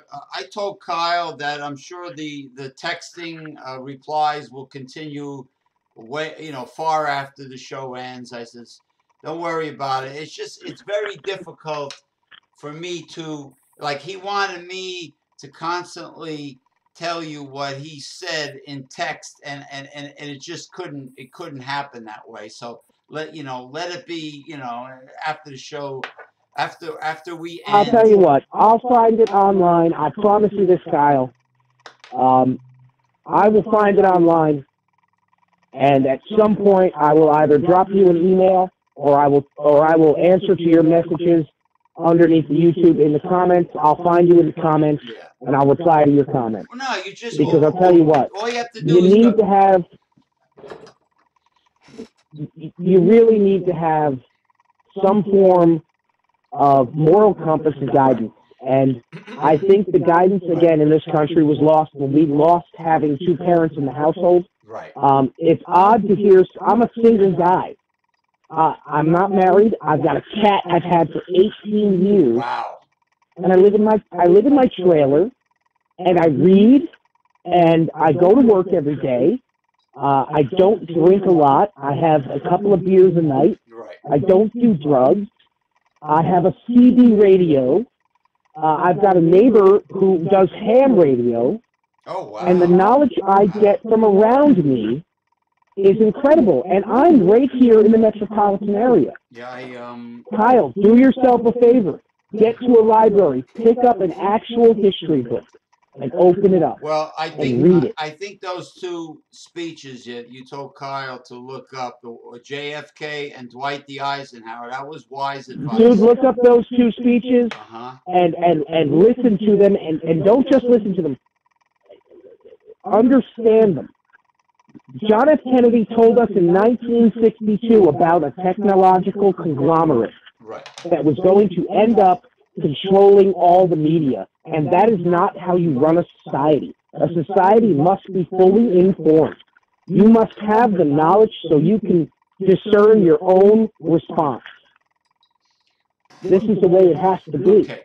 Now, you will be able to see everything Kyle typed by just simply going to this show on YouTube. It'll be right underneath the show. So that's a no-brainer. You'll be able to see it. So, I got you. Yeah, and you can respond, right on YouTube. So, listen, it was wonderful having you at your debut as my guest for the first time. I appreciate it. It was great, and it was very educational, and let's do it again based on different topics, so we can have a different topic. I'll tell you what. I'll be honest with you. Like I said, I've got a day job. I'm available every night, and I have information in my brain that I think should be shared with everyone. Right. And if this is the way it has to be done, that's fine. I'm available every night. I know you're not, but if you can get some sort of time slot together where you could go on 3 times a week, I'd be honored No, you to know come what we'll on do. and speak with you because you're one of the smarter people I've met around here. Thank you very much, sir. I'll be able to do this once a week, but email me when you decide on a specific theme, a topic ahead of time, so I can use it in the title for the next show. This way, every show has a different theme, a different title. Well, I think the next title should be a way to counteract what has been done to the youth and to our future. I think I think the topic that we're on currently with politics and moral compasses Right. is great because if we can get that established into the population, then the rest is cakewalk. Yeah. I mean, Yeah. if we can trust the decisions that the people around us are going to make are going to be fair, just, and reasonable and responsible, Right. I'm not going to have some guy cut me off and slam on his brakes in front of me for no reason Right. because, that's what I'm saying. So if we can establish that, then the rest is cakewalk. Yeah, the dumbing down of the dumbing down and the lack of moral compass of today's society and millennials, something of that nature, I guess. Well, I mean, it can be. I know you do it once a week. If there's a way that I can help you get another show or two a week, you let me know. And again, I appreciate you having me on. Yeah, no, we'll do this again, and I'll email you a title based on what you just told me, and you'll tell me how you want me to tweak it. If you want me to tweak it and add a few words here and there, we can. Listen, I'll put it this way: I'm not a big tech guy. You've been doing this longer than I have, James. You pick the title, and I can come up with if you come up with a topic about why we shouldn't have transgendered people in the military. I'm sure I can come up with reasons that are good and bad about that. As long as the knowledge gets out there, that's all that matters. Yeah, that's the most important part. I mean, it's like because people. Yeah. You said it earlier in the show. You said it. You said that the middle class and I'll put a better spin on it. The middle class has been the punching bag and the bankroll for the liberal left and the socialists for far too long, and they have been treading on us. Well, the middle class. Don't tread on me. The middle class is Main Street. It's small businesses. It's mom and pop. You are correct, sir. You are correct. The local bagel store that makes the greatest bagel in the world. The local tailor that you go and get your suit made for your kid's wedding. That is the stuff that America was built on. And it's not that we don't want it to progress. We want it to be so that everybody has a piece of their pie, not just the East and West Coast. Well, the small businessman, Main Street, should get all the tax breaks, in my opinion, because they've always been the backbone of the American You're absolutely economy. Right. Absolutely right. Backbone. The mom and pop stores are what built this country. They're the ones that the women had to hire other women to go put planes together. Rosie the Riveter. This is a country of incredible opportunity. If you come here and you're looking for it and you want it and you can taste it, it is yours. Well, even but you have to pay your fair share. And you know what? Yeah. Jeff Bezos and these other companies that are not paying, you can't do business here. We're talking about it could be professionals like a certified public accountant. It could be somebody who opens up a dental practice. It could be a butcher, baker, candlestick maker. Anything you want, but that is the right of the American citizen. I'll quote George Washington as we go off here. Yeah. George Washington said it the best. He said, "What makes the American Christian patriot different from the rest of the world is that he will die on his feet before he lives on his knees. And if people can't see what the left and the mainstream media and the liberalism and the socialism and the communism, we had a man graduate from West Point who, when he graduated, ripped his shirt open and there was a hammer and sickle on his T-shirt. Now, We put a communist right. through our warring technique. Don't let the other half fool you.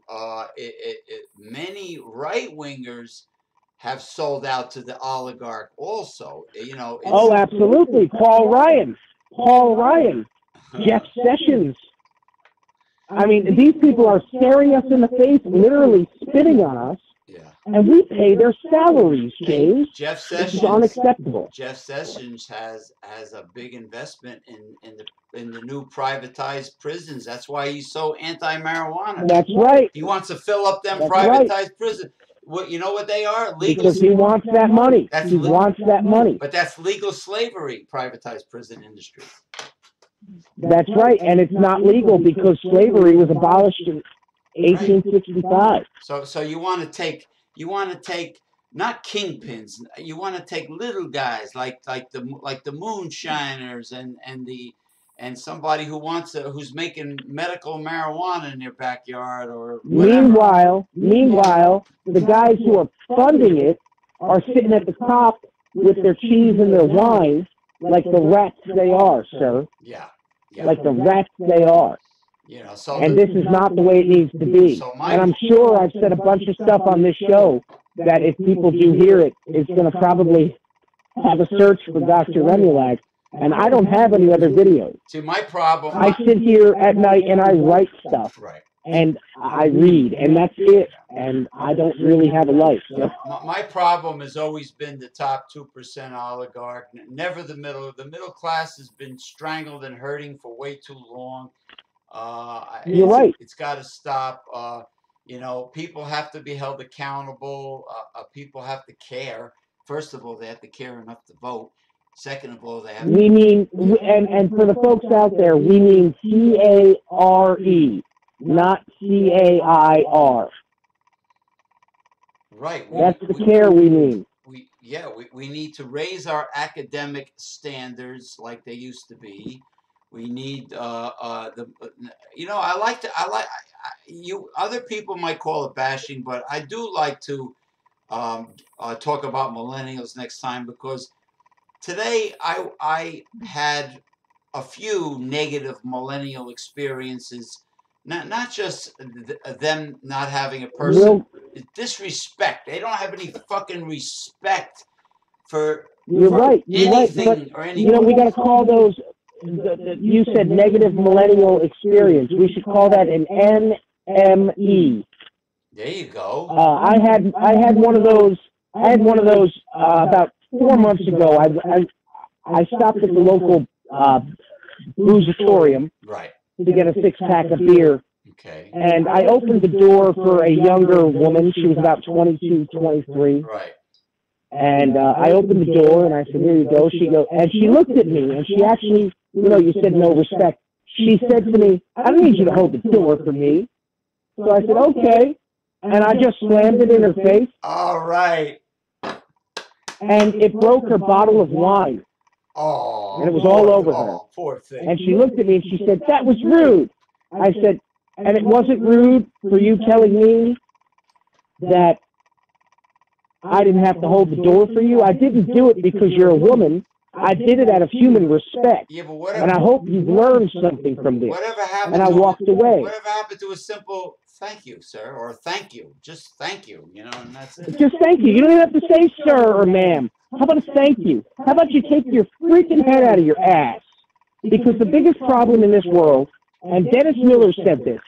Dennis Miller is great, and I'll end on this because I know you're running real late and you got to go. Yeah, we'll leave the millennials for next time. Yeah. Dennis Miller said this.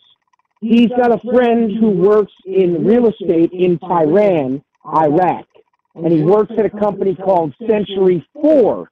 Right. And he said he told Dennis Miller The only reason more Americans weren't decapitated is because our heads are jammed firmly and extremely far up our asses. And it's true. And it's true. If we actually took a breath and took our heads out of our asses for a minute and looked around and said, what the F did we do to our utopia? A more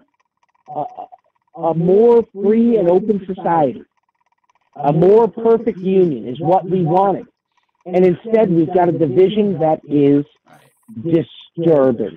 Now, besides the negative millennial experiences, I want to talk about something taboo, like Israel getting $11 million. What is it, a day? Oh, absolutely. A day. $11 million of my tax dollars. Wait. I can give $11 million a day to Israel, but I can't build a fucking wall on my southern border. Netanyahu, and I will save this for next time. BB's pushing the wrong buttons, brother. BB is pushing the wrong buttons. I will stand with Israel. I will stand with them, but they need to start pulling their own fucking weight. He was caught disrespecting the United States on an audio recording. Pretty much saying, "Ha, we're playing the U.S. We've been doing it right along," something of that nature. We're done with this. You saw it too, I'm sure. I saw a great meme on the internet. It was on Twitter. It was a black background with the cursive of the Declaration of Independence that said "We the People," right. And underneath it said "Are pissed off." Hey, my Twitter channel's front cover is the "We the People" in flames, on fire, Declaration of Independence. We the people, and it's we are on fire, and we're on fire from within. But unfortunately, with the censoring that's happening on Twitter, Google, YouTube, and Facebook, and the fact that Zuckerberg sold all that information. What a piece of garbage. You know what? You are human trash, dude. You know what? Keep that. You're human trash. And I hope Mark Zuckerberg hears this. Listen. Mark Zuckerberg, Dr. Remulack says you are garbage. You sold information when you lied. Yes. Let me tell you something. I have done shows with Mick Von Raven based on Mark Zuckerberg's phony, hypocritical community standards, and the fact that he spams us 24/7 and allows every sleazeball in creation in there, and his phony community standards. I follow a gentleman on Twitter. It's Education for Libs. Yeah. He's out of Minnesota, and I feel so bad for him because that state is like little Mogadishu now. But he's a younger guy, millennial, so we can't talk bad about all of them. Very smart individual, incredibly intelligent. Right. And he said that it amazes me of Twitter standards. They read the tweets of some of the people against Dana Loesch at the NRA and Dana Lash, and I'll tell you what, these people's accounts were not suspended for the death threat that they put out for this woman. And yet people who say something against Hillary Clinton or Uma Abedin or that, Linda Sarsour, actually her name literally translates to cockroach in Arabic. Yeah. But I digress. We'll get suspended for 12 hours. Oh, really? Hey, why doesn't Anthony Weiner get a job with Oscar Mayer driving the Wienermobile? Wouldn't that be a good job? That would be so fitting. Hey, remember? But he couldn't go near. Let me ask: Is he actually going to register as a sex offender when he gets out of prison for 14 months? He has a face like a dachshund. Number one. Number two. He's remember Louis Tion, Yankee Franks. It's great to be with a wiener. He has a dachshund face. I could see that. Yeah, I could see him doing that. Because you know what? Yeah. Anybody who texts their junk to an underage girl or boy, I'm sorry to tell you this, and this is the way I feel about it, and I can't be kind about this. what I'm hearing overseas Great to be about with a wiener. the raping. I mean, I just heard that Sweden, the government of Sweden, just released a pamphlet for uh, 12 to 14-year-old girls. Oh, jeez. Or no, I'm sorry, 8 to 14-year-old Oh girls my God. about being with an older man. What about So somebody? Yeah. the pedophilia has gone out of control, sir. It is disgusting. It is disturbing, and no one seems to be doing anything about this except our president. And no one is covering any of this information. And I want to know why. I want to know why Media Matters. And I'm calling you out, Media Matters. If you want to come after me financially, go ahead. I've got nothing to give. I can outrun you and I can outsmart Well, you. there are some But here's the deal. there are some cultures that No, support. no, no, no, no, no, no. Stop. I'll stop you right there. Yes, there are some cultures.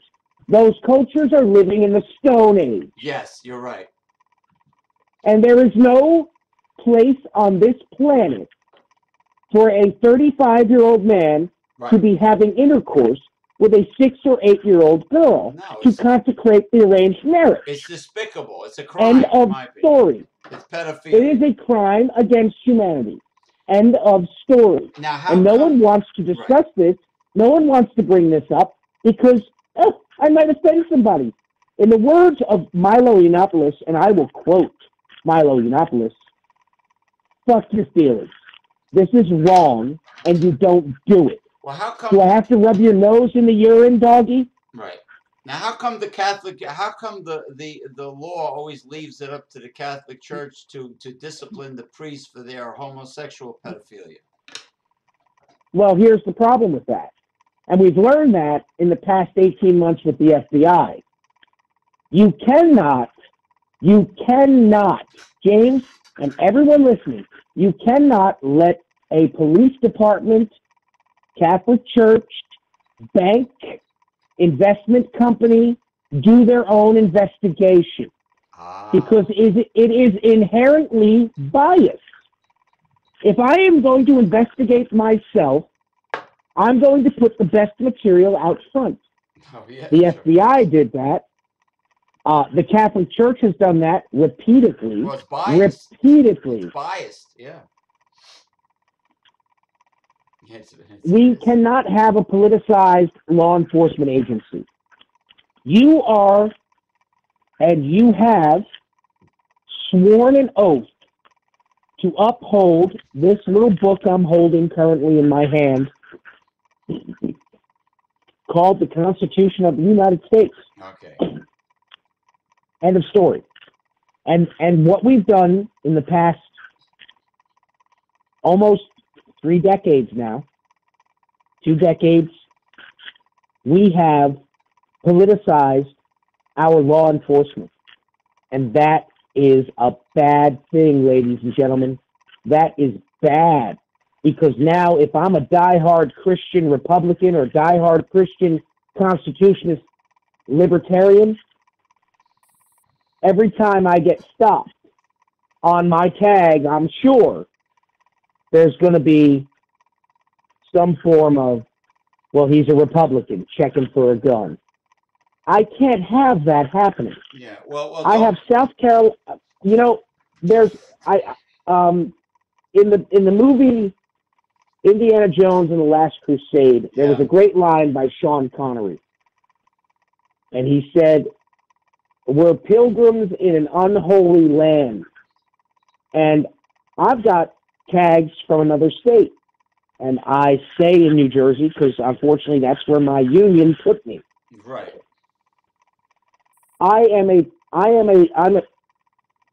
I'm a missionary in an unholy land because I'm surrounded by people who love abortion. I'm surrounded by criminal trespassers on my country, not in my state, on my country. If you are here undocumented and illegally, you are a criminal trespasser. You have already broken the law. You are a criminal. You've already committed an illegal act. So you know, people like Brian Stelter and Anderson Cooper and all these other lawyers and Democratic Party lawyers can say anything they want Nancy Pelosi. This woman is nuts. She's off the rails. The nose of that train has been digging into the ground for the past 5 years. Yeah. And that whistle of thought is barely audible off in the distance. And I'll tell you what, these aren't criminals. If you're here trespassing, you have already committed a criminal act. No one wants to. I wish Tucker, or Sean Hannity, or Judge Janine Pirro has said this several times. We are a nation of laws, and when you are here illegally, you have criminally trespassed. End of story. Yeah. You've already broken the law. Well, the same thing. So it doesn't matter if you're paying taxes. You're doing it illegally. The same thing goes for a priest that commits a pedophilia in Bergen County, New Jersey. Don't leave it up to the don't leave it up to the Vatican. He's guilty. Wait a minute. I heard a story from Bergen County that really shook me to my core. A twice deported criminal alien raped a 7-year-old girl and her mother. And then when ICE came to remove him from the jail in Bergen County Sheriff's Department, a sheriff's officer got in the way, and then that sheriff's officer was detained and removed and went to the Maryland federal facility to process the criminal alien. Yeah. And when they ran his documentation, the sheriff, it was all fake. We're hiring undocumented people to be our sheriffs, deputies. You can't do this. Yeah. This is not the way this constitutional republic was set up. Well, I also want to tell right-wing people that claim to be Christian, to use the word Christian. I wanted, because a lot of extremists use the word Christian loosely. Do not cherry pick from the Bible. The Bible is, you got the Old Testament and the New Testament. Don't just cherry pick certain things to suit an agenda. Because those two books, the Old Testament and the New Testament, I've read the entire Bible. Yeah, we're under grace. We're under Paul. Paul came for the Gentiles. Jesus came for the Jews. I've read this book, and I'll tell you what: you cannot read the New Testament and understand it fully without reading and understanding the Old Testament. I agree. It is. I agree with you. You have to. You cannot wash your hands with just hot water. I agree. You need soap and water. That's right. Well, here's the deal. That Holy Bible, that Good News Bible, whatever version you read, today's English version, the King James version. King James. You cannot use one book without the other. Right. You cannot have Revelations without Genesis. You cannot have Hebrews without Mark. Right. You cannot have Leviticus without the Corinthians. Because they're all you cannot have them. Yes, they're all interconnected. That's right. It's interconnected. The red thread, the rightly dividing, they're all interconnected. And it's not about being somebody who wants to know everything. It is about somebody who is willing to admit to themselves, I don't know everything, and the only way I'm going to achieve that goal of knowing everything that I can is by reading and listening. Yes. I listen to some strange stuff at my job every day, and some of the stuff makes me want to scream at these people, wow, you are dumb as shit. Dumber than a bag of rocks. Yeah. Listen, I have a saying, and it's a pretty vivid, gross saying. I said this to a woman one day who cut me off. She ran the stop sign and then gave me a dirty look when I went after I had stopped for 3 seconds and went ahead. Right. I opened my window and I said, ma'am, I took a shit this morning that had more brains than you.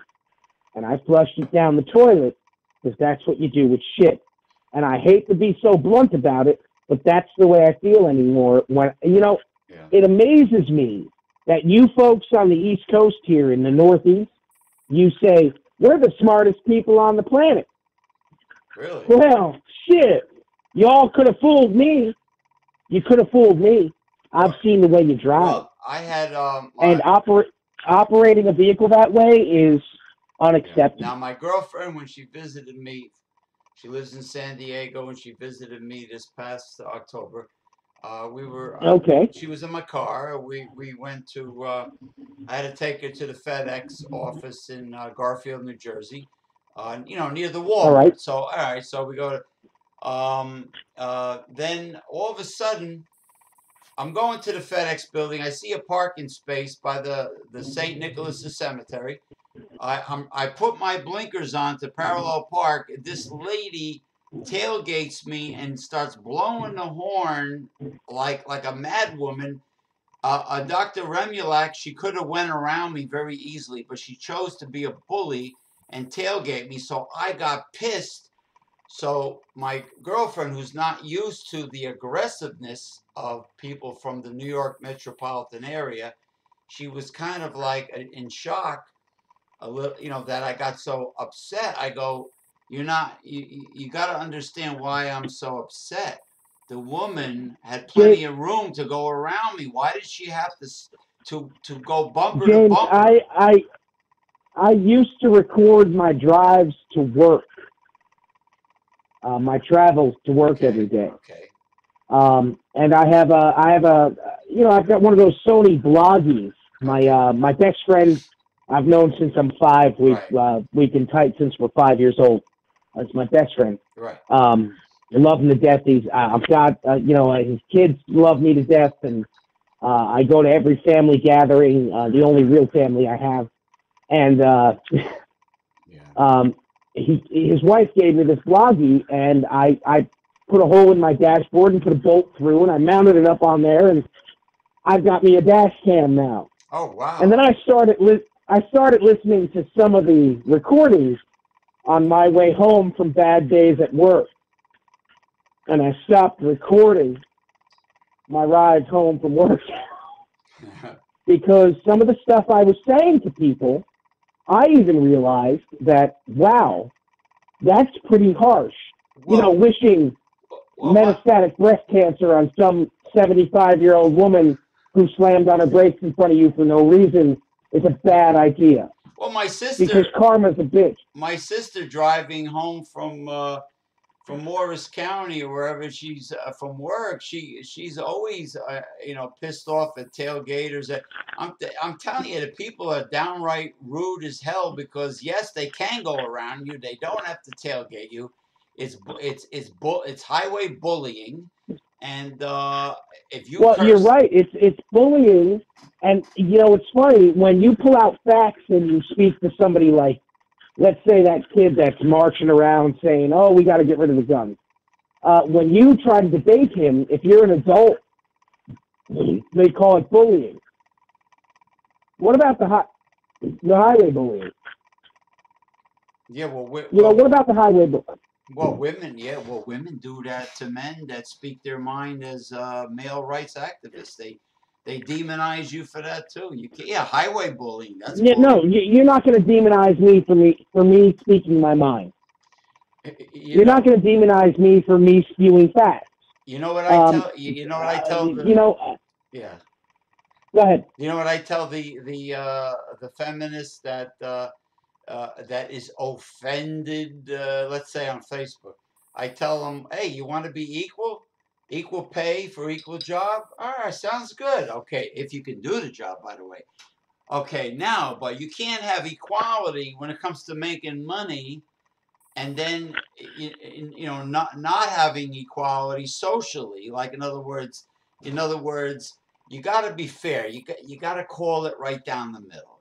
You can't cherry pick Well, things. that's right. And you said that about the Bible, and that's what you're seeing right now in the mainstream media and in social media, where if I say, listen, I know a girl who can, and I've told several people this. Right. There was a girl I knew who needed a job, and she was willing to do anything. She was she was a tomboy her whole life. Okay. Good-looking girl, All right. but she was a tomboy. And she could change tires. She could mount and balance tires. Good. Nobody would hire her. No. And I'm like, why won't you hire her? Why Well, not? because of the way things are going nowadays. If somebody says something the wrong way, so they're shooting themselves in the foot. Ladies, I got to tell you, as a man, I love you. And it doesn't matter what you can do. If you can sew, God bless you. I'm all for it. If you can change tires, more power to you. If you can pull an engine out of a car like my mother could do and rebuild it, I'll fucking marry you. Wow. Okay? Because I want a girl who's willing to get down and dirty in the trenches with me. I want a woman who I can trust with my life, who's willing to pick up a rifle and go shoot a deer, willing to go fishing with me, willing to go hunting with me, and I'm willing to sit down and sew with her.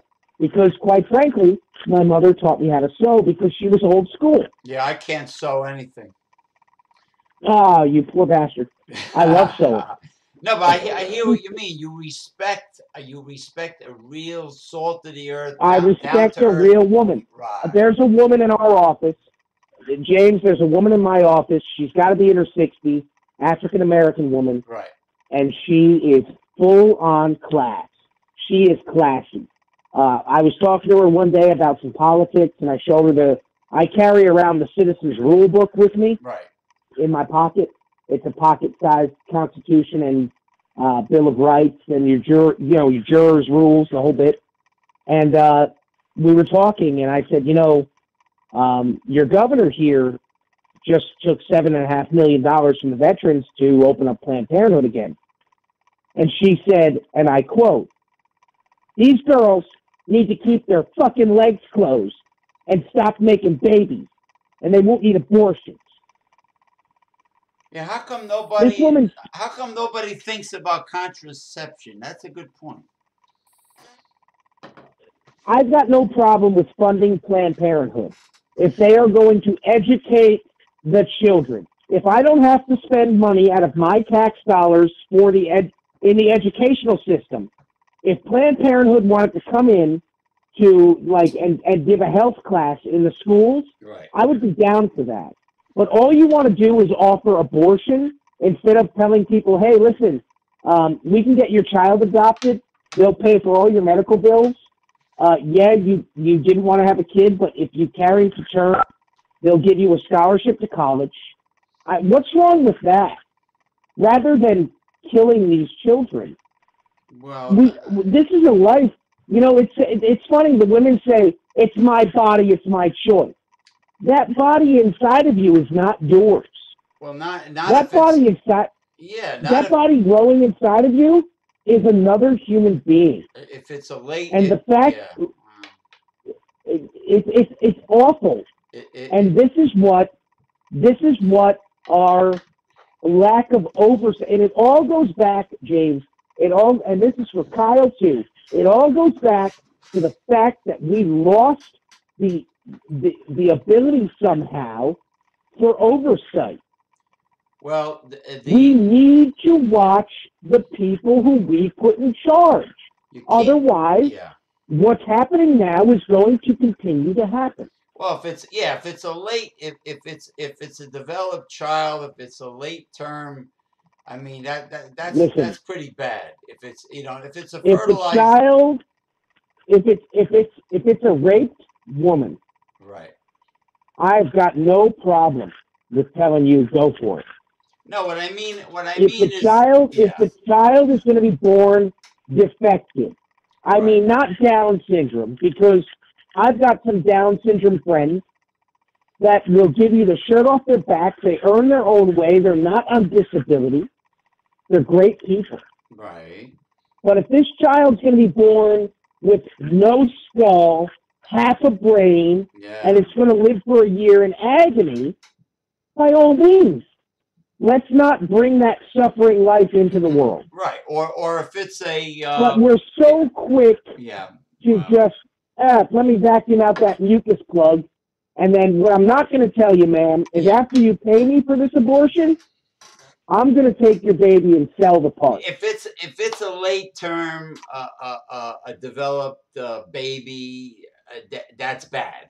If it's a fertilized egg, like an acorn is a potential oak tree. It is not an oak tree yet. Hold on a second, though. We're not talking about an oak tree here. We're talking about a living sentient being. Well, not a fertilized egg at conception. No, listen. Any fertilized egg, as far as I'm concerned, and I'm not against abortion. If it means the mother's life or the baby's life, well, abort. We can try again. I'd rather not lose my wife. I'd rather not lose my girlfriend. And more importantly, if we would have some sort of health class that teaches these boys that, by the way, when you shoot your goo inside a girl, she's going to get pregnant. Well, the young punks, they don't have they have to learn these things they have to be educated, you know. I mean. Well, that's the problem. We don't have any.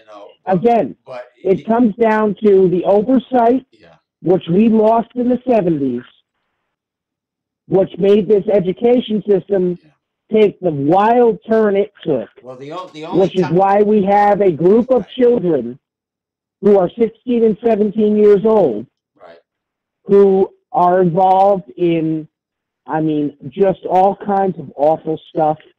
I mean, we're taking gun legislation advice from the kids who started the Tide Pod Challenge. Oh, jeez. Are you shitting me? Come on. Now, getting back to the other subject, the only time the Bible mentions when life begins is when Adam received his first breath from God. But I know what you're coming from. I still feel that a fertilized egg... No, and I agree. Because that is what the Bible says. A fertilized egg But a fertilized egg, it's still breathing oxygen because it's breathing oxygen because without oxygen and water, we can't live. I know. That egg and that sperm is... Yeah, well, I got a fertilized egg. I got to disagree with you on that. But, you know, all right, and you know what? I will stand here and say that we can cordially disagree on that subject. Yeah, it's but the deal is that when you take funding that was designed to go to the veterans who are missing limbs and have major mental issues, some of them,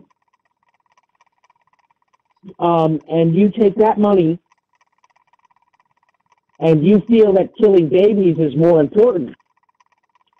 Well, veterans are important. Veterans are a whole talk show unto itself. I think the government would love for veterans to come home in body bags, because then they don't have to take care of them. But it's okay for veterans to put their lives and their bodies on the line for cheap chump change, chicken feed pay. That's okay for veterans to fight for Halliburton, so Halliburton can get rich. You're right. Halliburton, I was, there's another guy on YouTube bouncing around. Yeah. And I think Kyle should listen to him too. His name is William Bill Cooper. Right. I think I've mentioned him to you once before. He opened my eyes about 3 or 4 years ago.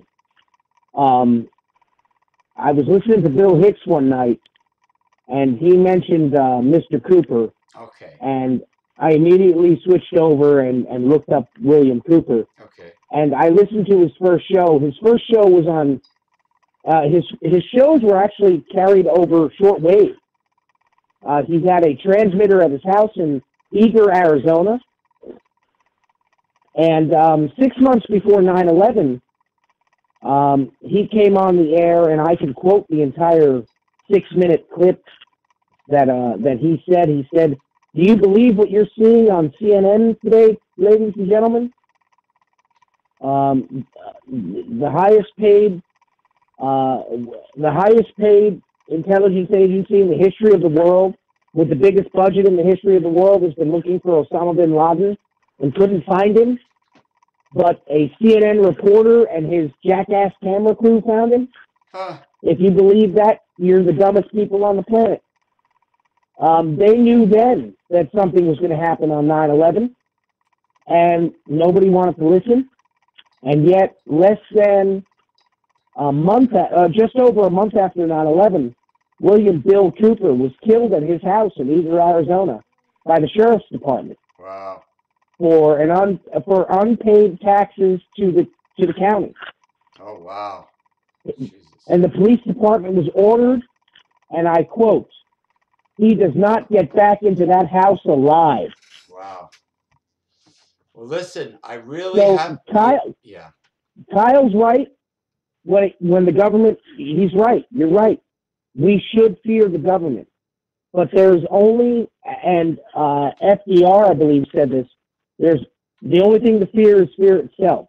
Right. If we can rise up as one, and we can say, "Hey, listen, we're not going to take this anymore. We see through your bullshit. We need to handle this."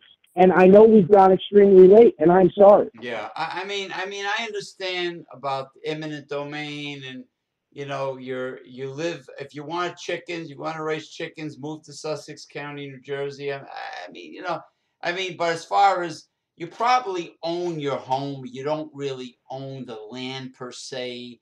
You know what I mean? Because you got to abide by ordinances and this and all these rules and regulations. I mean, I agree with Kyle on that. That the government can take your home away. Well, no, they'll buy it at a fair price if they really need your property. No, they'll have a hell of a fight if they try to take my home, sir. They'll have a hell of a fight. Yeah, no, they will. I'm sorry. You remember this is my home. Remember the woman in Atlantic City that they were trying so hard to buy her home? It was right on the ocean. And during the building of that was another fiasco. There was a movie with Tommy Lee Jones back in the early '80s. Yeah. He owned a ranch, and this oil company came to take his ranch. Okay. And he did not give it up without a fight. He took out a ton of people, and they ended up burning his house down. And then he ended up winning in the end, and they ended up replacing his house. Sounds like a great movie. Here's the deal. It is a great movie. I don't remember the name of it. I will find the name, and I will write it down so I can tell you what it is. But, you're not going to take my home without a fight. I've earned my home. I've worked for it. I pay my taxes. I vote. I serve on jury duties when I have to. I don't want to hear your nonsense. I'm doing everything I'm supposed to do according to the Constitution. Right. So why would you try to come and mess with me because of my thoughts? Right. We do not have thought police, and the minute we start to have thought police, we need to really shut it down, ladies and gentlemen. Right. Because at that point, right, you've gone way past the line that I've drawn in the sand for you. Well, they do what they do because they can, because the American people today... No oversight. The American people today, oversight. Including the millennials, are allowing them to pull all their shenanigans. No one's held accountable. People are not voting. Oh, I have no time to vote. Oh, I'm only interested in partying and having fun. And you can't take a 15, 30 minutes out of your life once every 4 years to vote. I mean, come on, give me a break. We need to realize that the only thing that is going to wake these people up is either a massive uprising by the moral right or the moral people in this country, or it's going to end up collapsing, and then that'll wake them up. When they go to the store and they can't get their favorite video game, or they can't get an upgrade for their phone. Hey, Nikita Khrushchev was right. Like the Roman Empire, the United States will destroy itself from within. You're absolutely right, and that's what happened. And I believe Ronald Reagan said it the best.